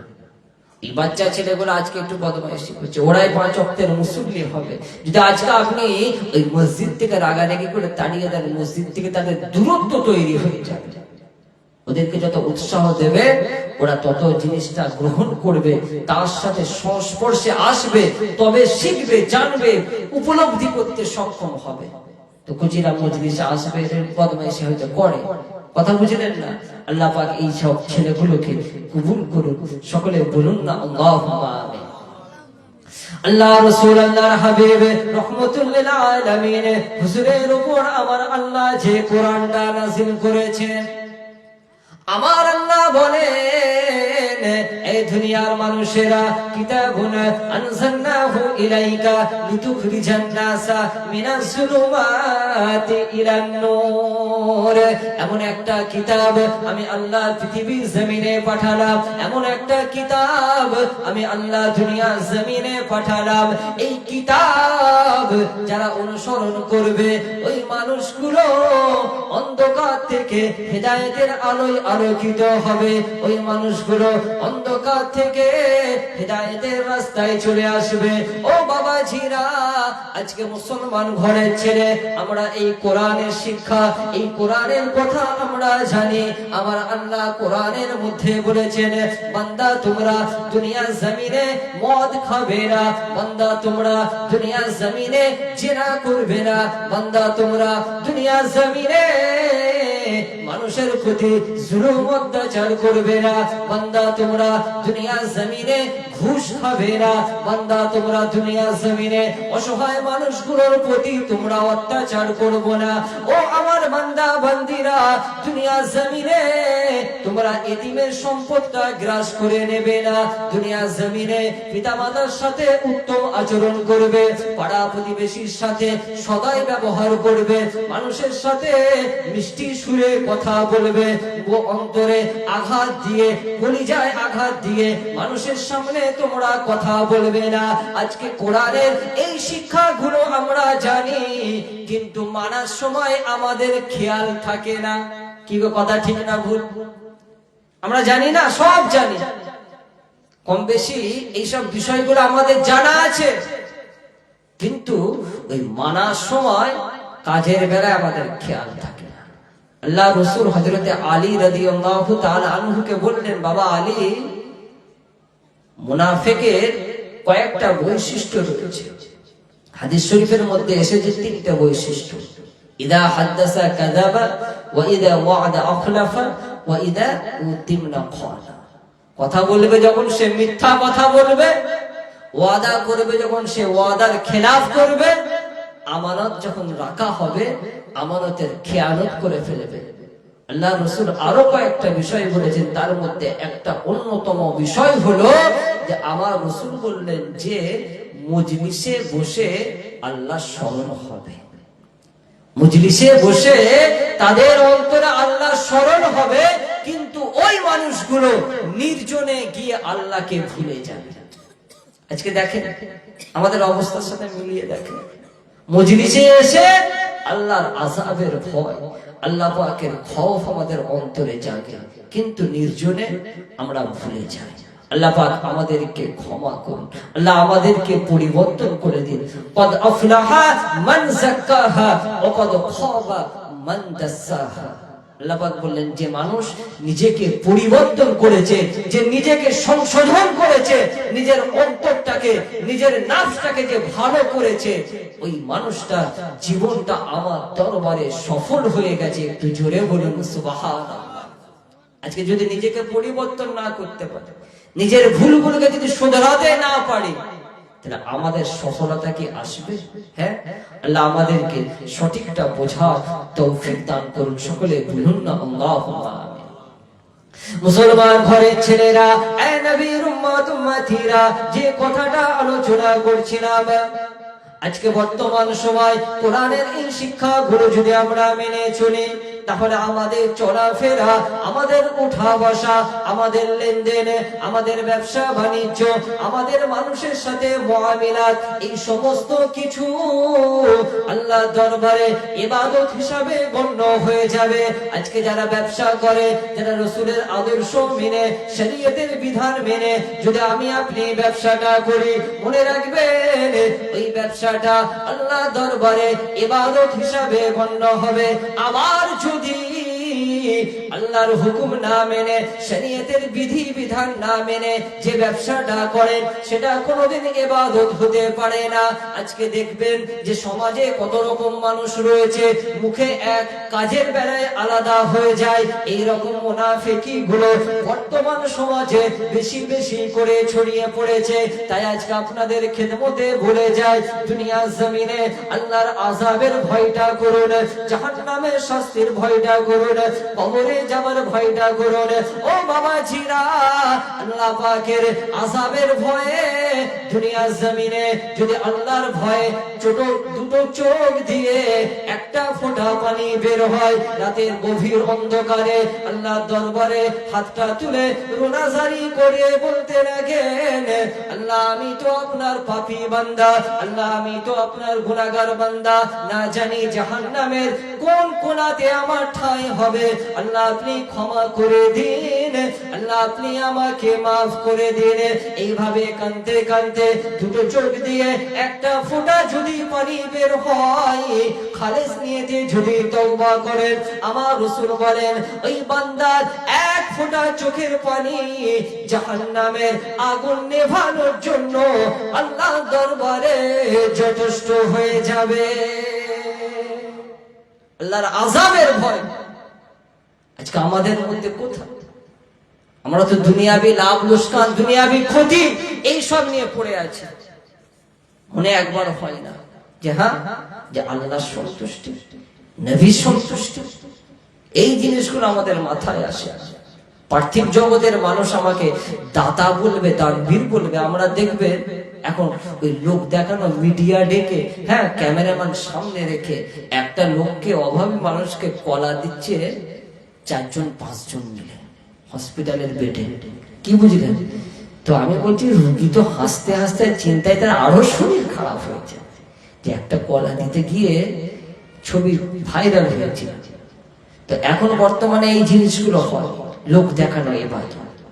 কথা বুঝলেন না? আল্লাহ সন্তুষ্টির জন্য, আল্লাহকে খুশি করার জন্য বান্দা যদি সামান্য পরিমাণও দান করে, মনে রাখবেন ওই সামান্য দানটা তার জন্য আল্লাহর দরবারে নাজাতের উসিলা হয়ে যাবে। একটু জোরে বলেন সুবহানাল্লাহ। যদি অন্তর থেকে নিয়তটা থাকে যে এটা আমার আল্লাহর জন্য দিলাম। কারণ মনে রাখবেন, দুনিয়া থেকে যাবার আগে আল্লাহর দরবারে নিজেদের ব্যক্তিগত স্বার্থে যেগুলো আগে পাঠিয়ে দেবেন, সেগুলো আপনার কাজে লাগবে। কথা বুঝলেন না? কবরে যাবার আগে আল্লাহর সন্তুষ্টির জন্য দুনিয়ার জমিনে আপনার কষ্ট করে ব্যয় অর্থ যে উপার্জন করেছেন, মাথার ঘাম পায়ে ফেলে যে অর্থ উপার্জন করেছেন, সেই টাকা আপনি নিজের জন্য কবরে যাওয়ার আগে আল্লাহর রাস্তায় যেটাকে দান করলেন, সদকা করলেন, মাদ্রাসায় দিলেন, মসজিদে দিলেন, এরকম মাহফিলে দিলেন, আল্লাহর সন্তুষ্টির জন্য। মনে রাখবেন যে এটাই আপনার আসল টাকা। এই টাকার বদলা কিন্তু আপনি অবশ্যই পাবেন। দুনিয়াতে কত টাকা খরচ করছেন, সন্তানদের কষ্ট করে মানুষ করছেন, সেই সন্তান বড় হয়ে বলছে কি করেছো আমাদের জন্য, কি গো, হ্যাঁ, নিচে না খেয়ে ছেলে মেয়েদের মানুষ করেছে, আজকে ছেলে মেয়ে বড় হয়ে বলছে কি করেছো আমাদের জন্য, কিছুই তো করে যাবে। কিন্তু আপনি আল্লাহর জন্য যেটা করবেন, আল্লাহর জন্য যেটা দেবেন, মনে রাখবেন ওটাকে আমার আল্লাহ সযত্নে রেখে দেবে। ওর যারা পরিমাণ হলে ওর প্রতিদান আমার আল্লাহ কাল কিয়ামতের দিনে দান করবে। আমার আল্লাহ ওর প্রতিদান আপনার কবরে দান করবে। আমার আল্লাহ ওই দানের উসিলায় আপনার জন্য জান্নাতকে মকবুল করে দেবেন। একটু জোরে বলেন সুবহানাল্লাহ। তো আমার বাবাজিরা, আমার মায়েরা, বোনেরা, তারাও শুনছে। অনেকে দেখবেন আব্বা মা দুনিয়া থেকে চলে গেছে, মনে ইচ্ছে থাকে যে আব্বা মায়ের রুহের মাগফিরাতের জন্য কিছু দেব। তো এরকম অনেকের নিয়ত থাকে যে আব্বা মায়ের রুহের মাগফিরাতের জন্য। তো সেই রকম চিন্তা ভাবনা যাদের মধ্যে রয়েছে, আমি সবাইকে বলবো যে গত সামনের বছর এই মাহফিল যাতে আরো সুন্দরভাবে হয়। কথা বুঝলেন না? এই মাহফিল সামনের বছর যাতে আরো সুন্দরভাবে আপনাদের এই এলাকায় আয়োজন করা যায়, তার জন্য আমি আপনাদের কাছে একটু চাই, অল্প সময়ের জন্য চেয়ে আখিরি মুনাজাত করে দেবো ইনশাআল্লাহ।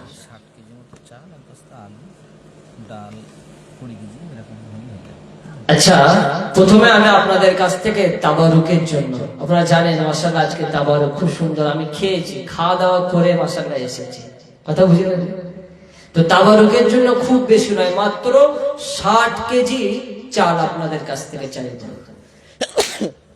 মাত্র 60 কেজি চাল। আল্লাহ পাকের দুজন বান্দা 30 কেজি করে যদি দেন, বাবাজি কেউ আছে আল্লাহ সন্তুষ্টির জন্য, নবীকে খুশি করার জন্য, এই মিলাদুন নবী জলসায় তাবারুকের জন্য মাত্র 30 কেজি চাল দেবেন। 25 কেজি চালের যে বস্তা হয়, একটা বস্তা দেবেন এমন কে আছেন বাবাজি? একটু হাতটা তুলুন। আপনাদের এলাকার মাহফিল, আমি বিশ্বাস করি যে এই মাহফিলের জন্য যে খরচ সেটা সবাই আপনারাই দিয়েছেন, বাইরের কোনো কানেকশন না। তো সামনে বছর হবে কি হবে তো নাকি বলুন না ইনশাআল্লাহ? হ্যাঁ, সামনে বছর হবে তো। তো সামনে বছর সেটাও আপনাদের মাধ্যমেই হবে ইনশাআল্লাহ। তো একটু হাতটা তুলুন বাবাজি, মেহেরবানি করে। মাত্র 30 কেজি চাল দেবেন, একজন হাতটা তুলুন। দুজন 30 কেজি 60 কেজি তাবারুক। এই তাবারুক মাহফিলের আখিরি মোনাজাতের পরে এই বাড়ির সব বাচ্চা ছেলেগুলো নিয়ে যাবে। আমার মায়েরা, বোনেরা, প্রত্যেকের জন্য এই তাবারুকের ব্যবস্থা করা হয়েছে। তো সেই তাবারুকের জন্য মাত্র 60 কেজি 30 কেজি চাল দেবেন এমন কেউ নাই এখানে?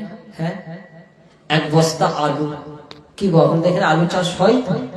হ্যাঁ, একটা বস্তা আলু দেবে এরকম কেউ নাই এখানে মজলিসে? এবছর কি সব বাইরে থেকে কালেকশন করা হয়েছে নাকি? হ্যাঁ, যেভাবে আপনারা নিরাপত্তা পালন করছে, আমার তো মনে হচ্ছে যে এই বছর সব বাইরে থেকেই কালেকশন করা হয়েছে। কারণ তাবারুকের জন্য আমি আপনাদের কাছ থেকে চাই যে আপনারা জানেন যে খুব বেশি নয়, মাত্র 60 কেজি মতো চাল লাগে। দুজন যদি হাত তোলেন, বেশি নয়, দুজন মানুষ 30 কেজি করে 60 কেজি চাল দেবেন এমন কি আছেন বাবাজি? একটু হাতটা তুলে মেহেরবানি করে, বেশি দেরি করবো না, আখিরি মুনাজাত করে দেব। একটা বস্তা আলু দেবেন। এর তাকবীর দিন, নারে তাকবীর, নারে তাকবীর। ভাইয়ের নামটা কি?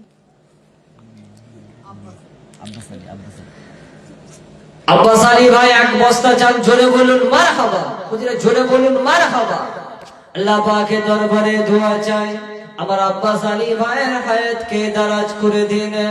আল্লাহ পাক আপনার নবীর মহব্বতে এই মিলাদুন নবী জলসায় এক বস্তা চাল তাবারুকের জন্য দেবার নিয়ত করেছে। আল্লাহ এই দানকে কবুল করে নিন। এই দানের উসিলায় আব্বাস ভাইয়ের হায়াতকে দারাজ করে দিন। রুজি রোজগারে বরকত দান করুন। জোরে জোরে বলুন আমিন। বাবাজি আর কে আছেন একজন একটু হাতটা তুলুন।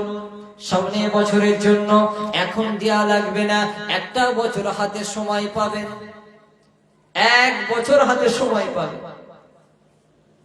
একটা বছর কম সময় আল্লাহর জন্য নিয়ত করুন।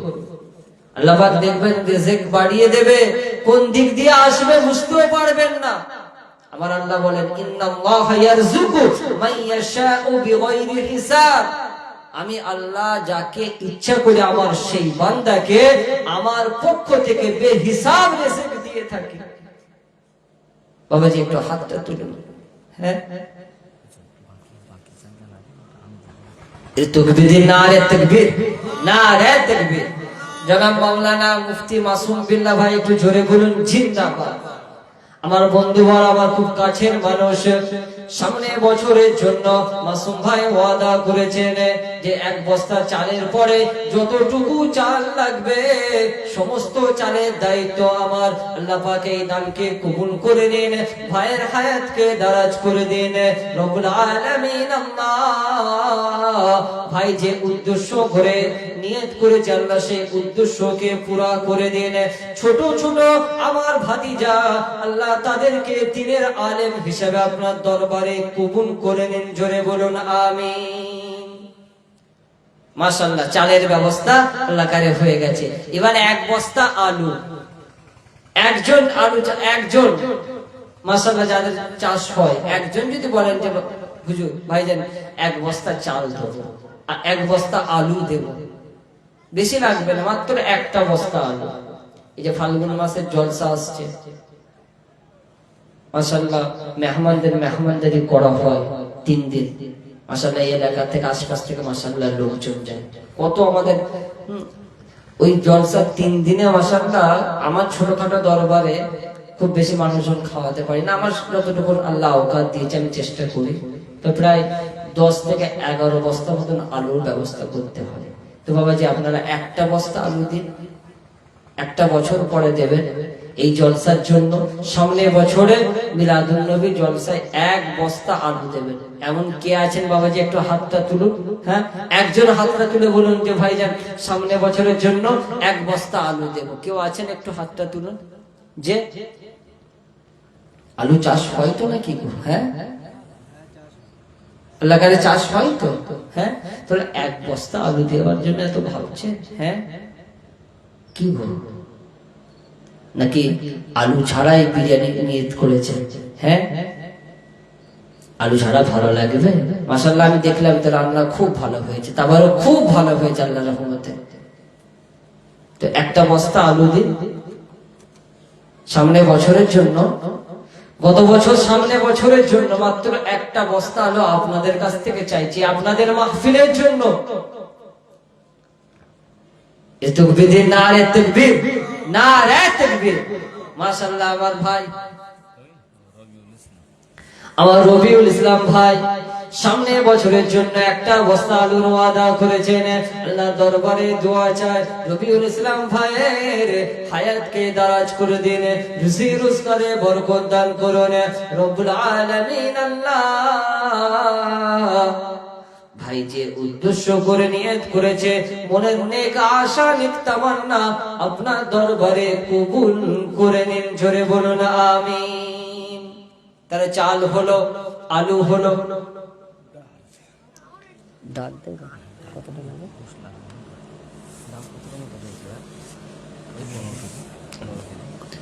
আচ্ছা আচ্ছা, চাল হয়েছে মাশাআল্লাহ, আলু মাশাআল্লাহ আমাদের রবিউল ভাই নিয়ত করে নিয়েছে।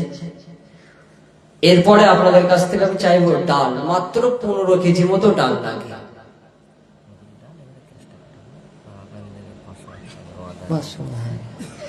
একজন কমসে কম হাত তুলুন যে ভাইজান 15 কেজি ডাল সামনে বছর তাবারুকের জন্য আমি দেব। কত টাকা কত দিকে খরচ হয় বাবাজি? কত টাকা কত দিকে খরচ হয়, একটা বছর পরে দেবে, এত ভাবার কোনো কারণ নাই।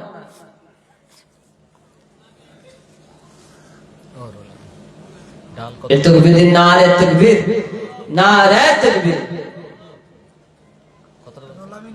পুরোটা পুরো তাকবীর, নারে তাকবীর, নারে তাকবীর। রুহুল আমিন ভাই 15 কেজি ডাল, জোরে বলুন মারহাবা। আল্লাহ পাক ভাইয়ের দানকে কবুল করুন, রুহুল আমিন ভাইয়ের হায়াতকে দারাজ করে দিন, রুজি রোজগারে বরকত দান করুন রব্বুল আলামিন। আল্লাহ আত্মীয় স্বজন ভাই মুরব্বি যারা কবরবাসী হয়ে গেছে তাদের রুহে এই দানের সওয়াবটুকু পৌঁছে দিন, জোরে বলুন আমিন। বাবাজি, আর আমি আপনাদের কাছে চাল ডাল আলু আর চাইবো না, আমি আপনাদের কাছে সরাসরি আপনাদের কাছ থেকে ওয়াদা নেব। আমার মায়েরা বোনেরা তারাও শুনছে, অনেকের বাপ মা দুনিয়া থেকে চলে গেছে, আব্বা মায়ের রুহের মাগফিরাতের জন্য বিশ্ব নবী দিবসে 1000 টাকা দেবেন সামনে বছরে। এমন 10 জন মানুষকে চাই, কে আছেন একটু হাতটা তুলুন যে সামনে বছর হুজুর আমি 1000 টাকা দেব। 1000 টাকা সামনে বছর, একটা বছর পরে দেবেন। 350 ওপর রিচার্জ, কি গো 3 মাসে 1000-এর ওপর খরচ। আরো সব জিনিসের দাম বাড়ছে, সব জিনিসের দাম লাগাম ছাড়া বেড়ে যাচ্ছে, সামনে আরো বাড়বে। 1000 টাকা দিতে পারবেন না একটা বছর পরে মিলাদুন নবী জলসার জন্য, আল্লাহ আল্লাহ রসুলের মহব্বতে ভালোবাসায় মাত্র 10 জন ভাই চেয়েছে। এই এলাকার আমার মায়েরা বোনেরা তারাও শুনছে, কমিটির ভাইদের মাধ্যমে তারাও বলে পাঠাতে পারে, তাদের নাম এখানে লেখা হচ্ছে, লিখে নেওয়া হবে, এখন দেওয়া লাগবে না। আমার মায়েরা বোনেরা কষ্ট করে পয়সা জমি অনেক সময় তারা দান সদকা করে, অনেকে নিয়ত থাকে যে আব্বা মায়ের রুহের মাগফিরাতের জন্য একটু জলসাতে দেব, হ্যাঁ হুজুর আখিরি মোনাজাতে একটু দোয়া করবে। আমি তাদেরকেও বলবো যে কমিটির ভাইদের হাত দিয়ে খবর পাঠিয়ে দিন 1000 টাকা। আচ্ছা, যদি 1000 টাকা চাপ মনে হয়, 500 টাকা দেবেন, কে কে আছে একটু হাতটা তুলুন। সামনে বছর 500 টাকা দেবেন এমন কেউ আছে? তাকবীর, নারে তাকবীর, নারে তাকবীর। যদি নিয়ত করে নেন দেব না ভাইজান, যতই বলুক। কথা বলছিলেন, এই খেলা দেখেছেন তো, ফুটবল খেলা, হ্যাঁ মেসি ফরওয়ার্ড খেলে, ব্যাক আর মিডফিল্ডার যদি বলে পাস দেব না, মেসি জীবনে গোল দিতে পারবে না। কথা বুঝলেন না? যত বড়ই ফরওয়ার্ড, যদি ব্যাক আর মিডফিল্ডার যদি ঠিক করে নেয় যে ও ব্যাটাকে পাস দেবো না, ওর বল পাবে কি গো? আপনাদের বলছি তাই, আমি জানি আপনারা নিজেদের উদ্যোগে আপনাদের সামর্থ্য অনুযায়ী মাশাআল্লাহ মাহফিল আয়োজন করেছেন। সব ছোট ছোট ছেলেরা, তারাও আবার অনেক ভাই শহরে থাকে, তারাও যত সামান্য যার যতটুকু ক্ষমতা তারাও দেয়। তো এইভাবেই মাহফিলটা আয়োজন হয়েছে। তবু আমি আপনাদের কাছে বলবো যে বেশি নয়, 500 টাকা 1000 টাকা সামনে বছরের জন্য একটু ওয়াদা করুন। এখন দেওয়া লাগবে না, হাতে হাতে ক্যাশ দেওয়া লাগবে না, সামনে বছরের দেবেন, কমিটির ভাইদের হাতে তুলে দেবেন। বাবাজি কেউ আছে 1000 টাকা দেবেন? হ্যাঁ, 1000 টাকা দেবেন এমন কেউ আল্লাহর বান্দা আছেন এখানে যে সামনে বছরে নিয়ত করছি হুজুর 1000 টাকা এই মিলাদুন নবী জলসায় দেব? যে ভাই দিয়েছে কি নাম? মহিনুল কামাল। মাশাআল্লাহ, আমার মহিনুর ভাই থাকতে না পেরে নবীর মোহাব্বতে ভালোবাসায় এই মিলাদুন নবী জলসাতে 1000 টাকার ওয়াদা করেছে। আল্লাহ পাক আপনার দরবারে দোয়া চাই, মহিনুর ভাইয়ের হায়াতকে আপনি দারাজ করে দিন, রুজি রোজগারে বরকত দান করুন। আল্লাহ পাক ভাই মুরব্বি যারা দুনিয়া থেকে চলে গেছে তাদের রুহে এই দানের সওয়াবটুকু পৌঁছে দিন, জোরে বলুন আমিন। বাবাজি আর কেউ আছে? যদি কেউ থাকেন একটু আওয়াজ দিন। 12টা বেজে গেছে, 500 করে দেবেন এমন কেউ আছে? তাকবীর, নারে তাকবীর, নারে তাকবীর, 500 টাকা আমার এক যুবক ভাই নিয়ত করেছেন, আমার কামাল উদ্দিন ভাই, আল্লাহ ভাইয়ের হায়াতকে দারাজ করে দিন, রোজগারকে বরকত দান করুন, রুজি রোজগারে বেশি বেশি করে আপনি বরকত দান করুন, বিপদ আপদ মুসিবতে হেফাজত করুন। আল্লাহ মুরব্বী যারা দুনিয়া থেকে কবরবাসী হয়ে গেছে তাদের রূহে এই দানের সওয়াবটুকু পৌঁছে দিন, জোরে বলুন আমিন। বাবাজি আর কে আছেন 500 টাকা দেবেন? তকবীর দিন না, আরে তাকবীর। আমার এক যুবক ভাই, কি নাম? আমার নাসির উদ্দিন ভাই, 500 টাকা। আল্লাহ পাক দানকে কবুল করুন, হায়াতকে আল্লাহ দারাজ করে দিন, রুজি রোজগারে বরকত দান করুন। রব্বুল আলামিন আল্লাহ আমার যত ভাইরা রয়েছে আল্লাহ প্রত্যেকের মনে একটা কুওয়াত দান করুন, ঈমানি জজবা বাড়িয়ে দিন, যেন প্রত্যেকেই এই জলসার জন্য কিছু না কিছু দিয়ে শরীক হয়, জোরে বলুন আমিন। আর কে আছেন বাবাজি 500 টাকা দেবেন এমন কে আছেন? এরপর আমি 400 নামবো, 300 নামবো, 200 নামবো, কিন্তু দেওয়া লাগবে। যদি বলে 500 দেবো না, তাহলে বলে 400 দাও। এ তাকবীর না, রে তাকবীর না, রে তাকবীর। আমার এক যুবক ভাই,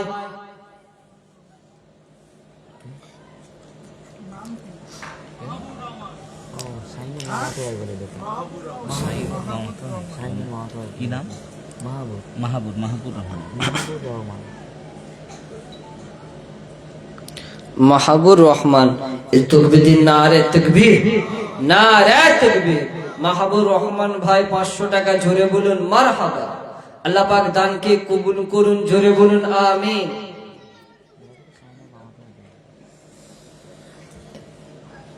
বাবাজি আর কে আছে 500 টাকা দেবেন, বেশি না।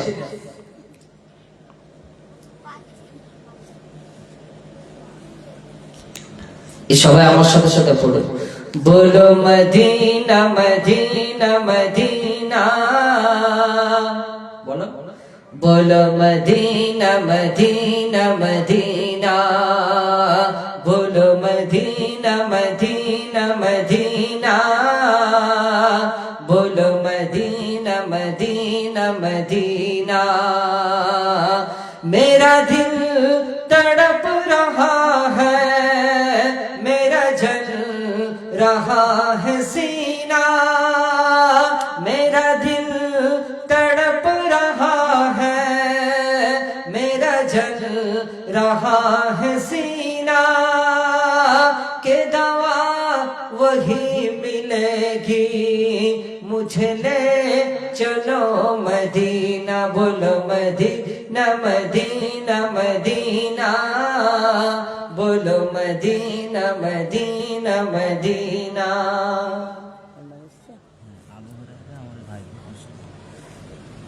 माशाअल्लाह আমাদের ভাতিজা আবু হুরায়রা উনি 500 টাকা নিয়ত করেছে। আল্লাহ পাক বাবাজির হায়াতকে দারাজ করে দিন, মনের নেক আশাকে কবুল করে নিন। রব্বুল আলামিন আল্লাহ যে উদ্দেশ্য করে এই পবিত্র ইসারের সওয়াবে 500 টাকার ওয়াদা করেছেন, আল্লাহ পাক মনের সেই নেক আশাকে আপনার দরবারে কবুল ও মঞ্জুর করে নিন, জোরে বলুন আমিন। বাবাজি আর কি আছে? বাবা মাশাআল্লাহ মাশাআল্লাহ। আমার এক ছোট ভাই 100 টাকা একদম নগদ, আল্লাহ হায়াতকে দারাজ করে দিন, জোরে বলুন আল্লাহুম্মা।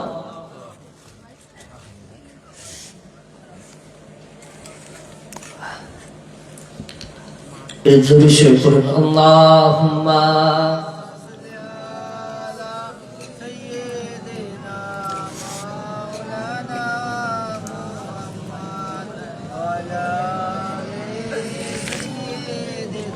বন্ধ করে দিচ্ছি নাকি রে?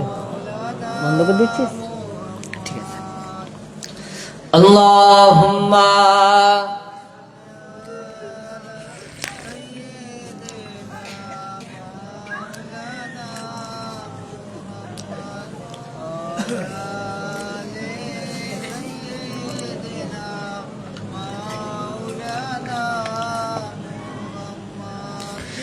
নবীর রওজা শরীফ দেখে মন ভরে না, দিদার দাও গো শাহে মদিনা। চারজন মাত্র দিয়েছে, কমসে কম 10 জন। আমি চেয়েছিলাম কমসে কম 10 জন একটু আপনারা আগিয়ে আসুন, যে সামনে বছরের জন্য 500টা টাকা দেবেন। বাবাজি কে আছেন একটু হাতটা তুলে। আচ্ছা, আমার মায়েদের কাছ থেকে, বোনেদের কাছ থেকে কোনো রকম সারা, কোনো রেসপন্স পাচ্ছি না। কি গো, কমিটির সব ছোট ছোট কোচিগুলো কেউ যায়নি নাকি ওইখানে? হ্যাঁ, একটু বাচ্চাদের একটু পাঠাও।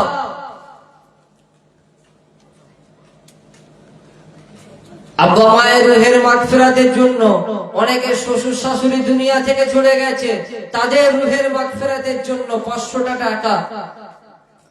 আমার এক মুরব্বী বাবাজি, আল্লাহ হায়াতকে দারাজ করুন।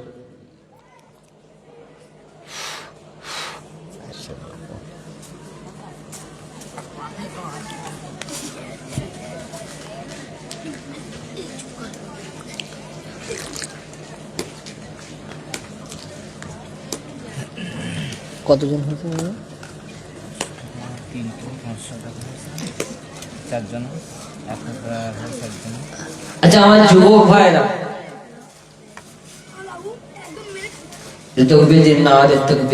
আমার এক ভাই 200 টাকা নগদ, আল্লাহ পাক দানকে কবুল করুন, আল্লাহ হায়াতকে দারাজ করে দিন, রুজি রোজগারে বরকত দান করুন। জোরে বলুন আমিন।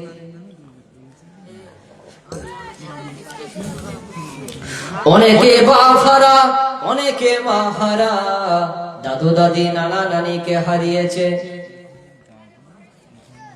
আজকে সেই দাদু দাদির জন্য, নানা নানির জন্য 500 টাকা, 1000 টাকা, যে যেমন পারবেন দিয়ে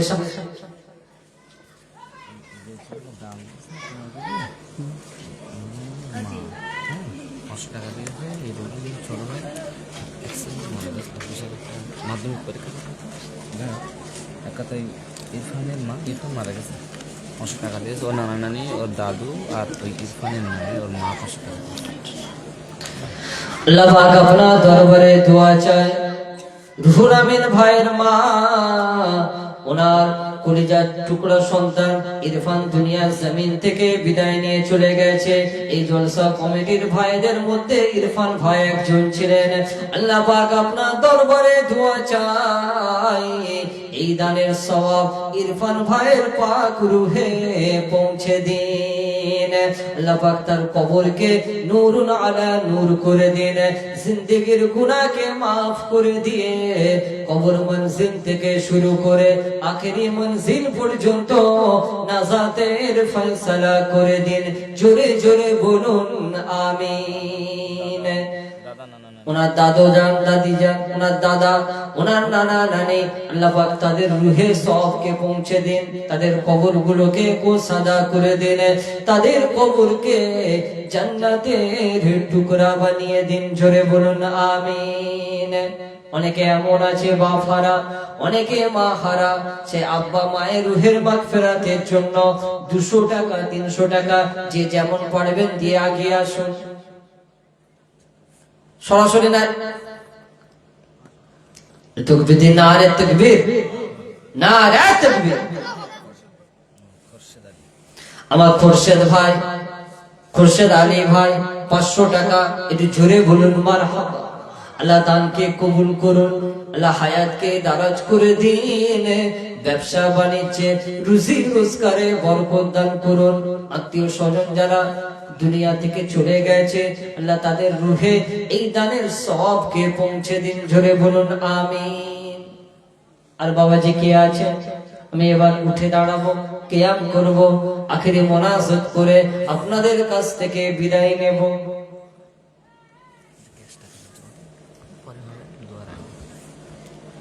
আসুন আমরা প্রত্যেকেই দাঁড়িয়ে আমার রাসূলের মহব্বতে সালামের নজরানা পেশ করি। ইয়া নবী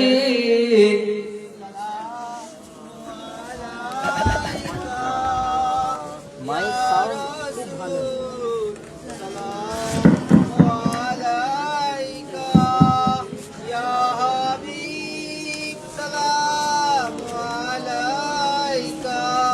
সালাম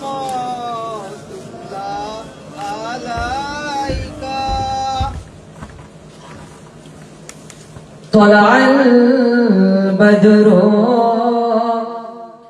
علينا من ثنيات الوداع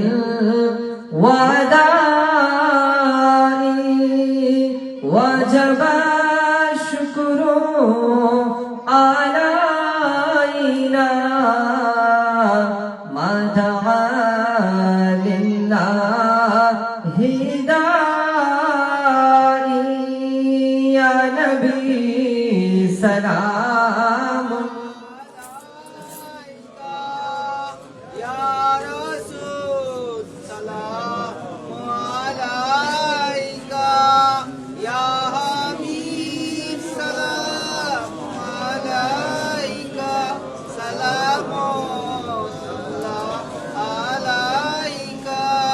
या नबी नामो ओ प्यारा या रसूल नामो प्यारा अर्श पर हक ने पुकारा सच पैगंबर है हमारा या नबी सलाम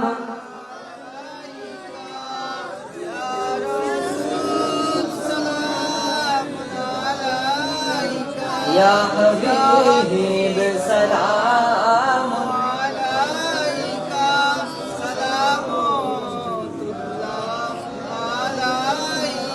या रब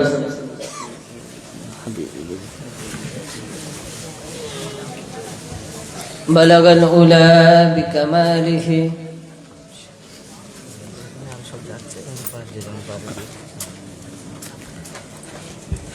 আমার কমিটির ভাইয়েরা আমার মায়েদের কাছে বোনেদের কাছে যাচ্ছে তাদের প্রত্যেকের উদ্দেশ্য করে বলবো আপনারা প্রত্যেকেই শরীক হবে 100 টাকা 200 টাকা 300 টাকা যে যেমন পারবেন প্রত্যেকেই শরীক হবেন নিয়ত করে যে ইসালে সওয়াব নবী দিবস মাহফিলের উদ্দেশ্য করে আব্বা মায়ের রুহের মাগফিরাত দাদু দাদি কারো নানা নানি কারো শ্বশুর শাশুড়ি যারা চলে গেছে প্রত্যেকের জন্য নিয়ত করে নেবেন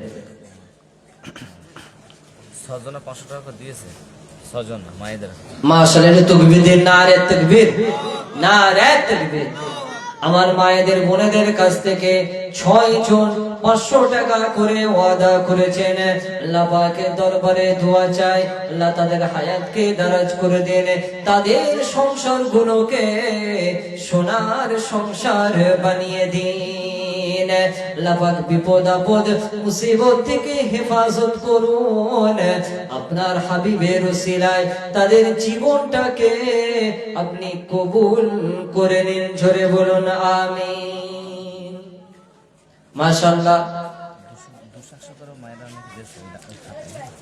আচ্ছা কমিটির ভাইদের হাতে আমার মায়েরা বোনেরা তারা 200 100 করে অনেকে দিয়েছে আল্লাহ পাকের দরবারে দোয়া চাই আল্লাহ প্রত্যেকের দানকে কবুল করুন প্রত্যেকের হায়াতকে দারাজ করে দিন তাদের সংসারগুলোকে সোনার সংসার বানিয়ে দিন ছোট ছোট বাচ্চাগুলোকে আপনি বিপদ আপদ থেকে হেফাজত করুন জোরে বলুন আমিন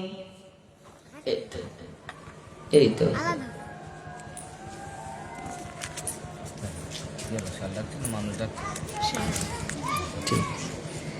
আচ্ছা এগুলো কারা দিয়েছে এখান থেকে আচ্ছা আমাদের বাবাজিরা আমার সব ভাইয়েরা সব দিয়েছে মাশাআল্লাহ যে যা দিয়েছে প্রত্যেকের জন্য দোয়া চাই তারপরেও আমি বলি আপনাদের যে সামনে বছর যখন জলসা হবে আপনারা এই শিশু কমিটির পাশে থাকবেন সাহায্য করবেন অর্থ দিক থেকে বুদ্ধি দিয়ে যেভাবে সম্ভব আপনারা চেষ্টা করবেন যে মাহফিলটা যেন সুন্দরভাবে আয়োজন হয় আর বর্তমান পরিস্থিতির কথা আপনাদের বলেছি আমার আলোচনা দেখে কষ্ট পাননি তো কি আল্লাহ পাক আমাদেরকে কবুল করুন, সকলে বলুন না আল্লাহুম্মা আমিন। আল্লাহ পাক আমাদের সকলকে যে কথাগুলো আলোচনা করেছি তার উপর আমল করার তৌফিক দান করুন, সকলে বলুন না আল্লাহুম্মা আমিন। আখেরি মোনাজাত করব। যদি কেউ বাড়িতে মধ্যে থাকেন চলে আসবেন মজলিসে শরীক হবার উদ্দেশ্য করে। মোনাজাতের আগে আমরা প্রত্যেকেই কম বেশি গুনাহগার, আমরা আল্লাহর দরবারে একটু ইস্তিগফার করে নিই।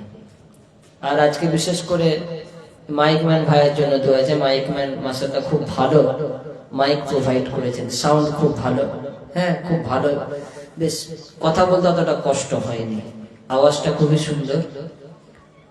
তো এই জলসার কথা আমি শুনেছি প্রায় 9 বছর জলসাটা হচ্ছে। তো যাতে করে এই জলসা সুন্দরভাবে সামনে বছর আয়োজিত হয়, যা 500 টাকা 1000 টাকা যেভাবে আজকের দিনে দাঁড়িয়ে আপনারা ওয়াদা করেছেন, এর ঊর্ধ্বে গিয়ে আপনারা সাহায্যের হাত বাড়িয়ে দেবেন, এটা বলুন ইনশাআল্লাহ। যাতে সুন্দরভাবে এই স্টেজ, মাইকের খরচ, হ্যাঁ লাইটিং খরচ, এসব তো কিছুই তুলেনি, কি গো তুলেছি বলেন, হ্যাঁ তারপরে ওয়াইজিন বক্তাদের একটা আলাদা খরচ রয়েছে, তাবারুকের খরচ, মাশাআল্লাহ অনেক খরচ। তো আপনারা চেষ্টা করবেন প্রত্যেকেই যে যেমন ভাবে পারবেন কমিটির পাশে থাকবেন, এই শিশু কমিটিকে একটু উৎসাহিত করবেন যাতে এরা এগিয়ে যায়। আপনাদের উৎসাহ পেলে এরা আরো এগিয়ে যেতে নিজেদেরকে শক্তি ভাববে, নিজেদেরকে আগিয়ে নিয়ে যাওয়ার চেষ্টা করবে। তো সেই দিকটা আপনারা একটু খেয়াল রাখবেন। আসুন আমরা আল্লাহর দরবারে একটু ইস্তিগফার করে নিই। আউযু বিল্লাহি মিনাশ শাইতানির রাজিম। বিসমিল্লাহির রহমানির রহিম। আস্তাগফিরুল্লাহ রাব্বি মিন কুল্লি যামবিন ওয়া আতুবু ইলাইহি লা হাওলা ওয়ালা কুওয়াতা ইল্লা বিল্লাহিল আলিয়্যিল আযীম। আশহাদু আল লা ইলাহা ইল্লাল্লাহ ওয়াহদাহু লা শারীকা লাহু ওয়া আশহাদু আন্না মুহাম্মাদান আবদুহু ওয়া রাসূলুহু। লা ইলাহা ইল্লাল্লাহ মুহাম্মাদুর রাসূলুল্লাহ সাল্লাল্লাহু আলাইহি ওয়াসাল্লাম।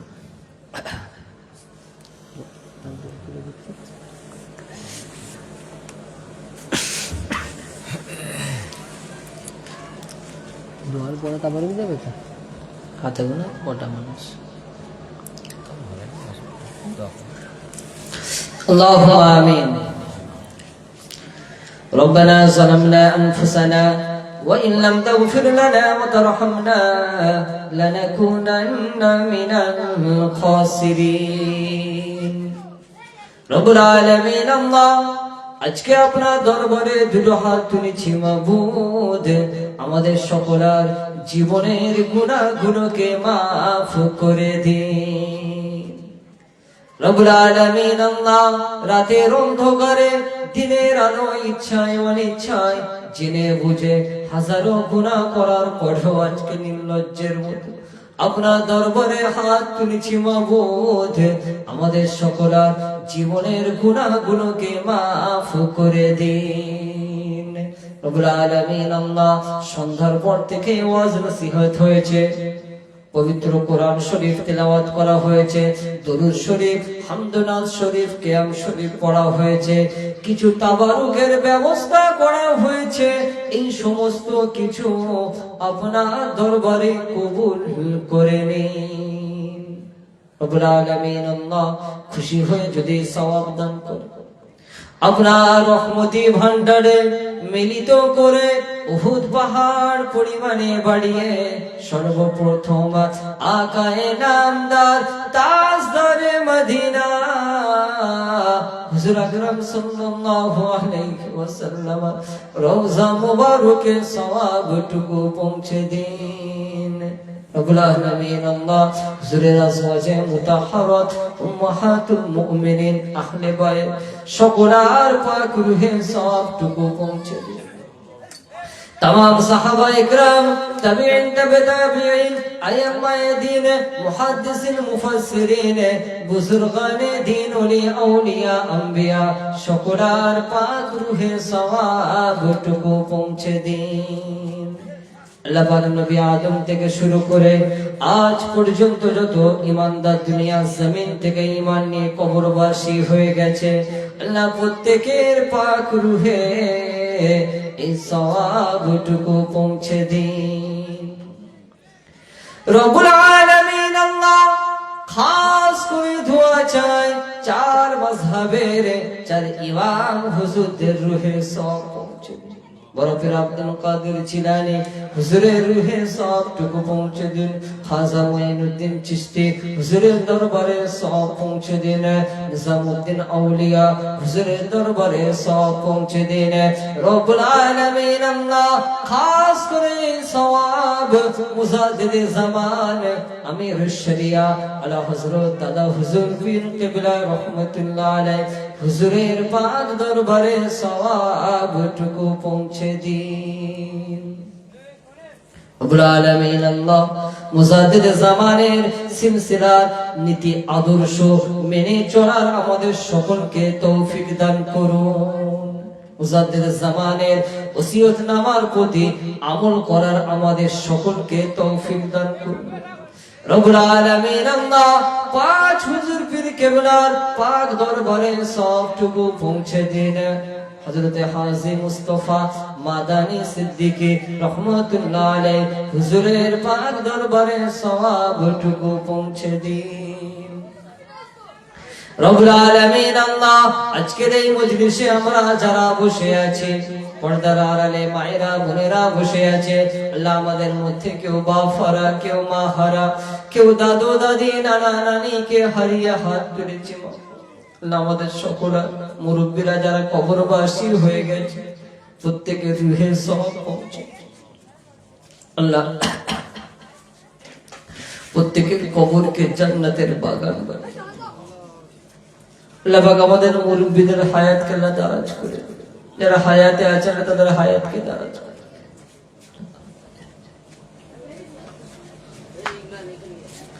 রব্বুল আলামিন আল্লাহ খাস করে দোয়া চাই, আল্লাহ দুনিয়া জমিনে যতদিন আপনি বাঁচিয়ে রাখবেন আমাদের সকলকে ঈমানের সাথে বাঁচিয়ে রাখুন। রব্বুল আলামিন আল্লাহ ভারতবর্ষের মুসলমানদের জান মাল ইজ্জত আবরুর আপনি হেফাজত করুন। রব্বুল আলামিন আল্লাহ এই বাওয়াটি এলাকার গোরস্থানে আল্লাহ যত কবরবাসী শুয়ে আছে আল্লাহ প্রত্যেকের রুহে সওয়াবকে পৌঁছে দিন। আল্লাহ প্রত্যেকের কবরকে নূর দিয়ে ভরিয়ে দিন। আল্লাহ প্রত্যেকের কবরকে জান্নাতের বাগান বানিয়ে দিন। রব্বুল আলামিন আল্লাহ এই মাহফিলকে সুন্দরভাবে করার জন্য আল্লাহ যারা অর্থ দিয়ে সময় দিয়ে সহযোগিতা করেছে আল্লাহ প্রত্যেককে এর জাযায়ে খায়ের দান করুন। আল্লাহ পাক আপনার রহমত বরকত এই এলাকায় বেশি বেশি করে নাযিল করুন। রব্বুল আলামিন আল্লাহ মুসলমানদের বিরুদ্ধে কত অত্যাচার কত চক্রান্ত হয়, আল্লাহ পাক আপনার বান্দাদের এই চক্রান্তের হাত থেকে হেফাজত করুন। রব্বুল আলামিন আল্লাহ যে পথে চললে আপনি খুশি হবেন আমাদের সকলকে সেই পথে চলার তৌফিক দান করুন। اللهم احفظنا من كل بلاء الدنيا وعذاب الآخرة. سبحان ربك رب العزة عما يصفون وسلام على المرسلين والحمد لله رب العالمين. آمين. وجعل آخر كلامنا عند الموت لا إله لا إله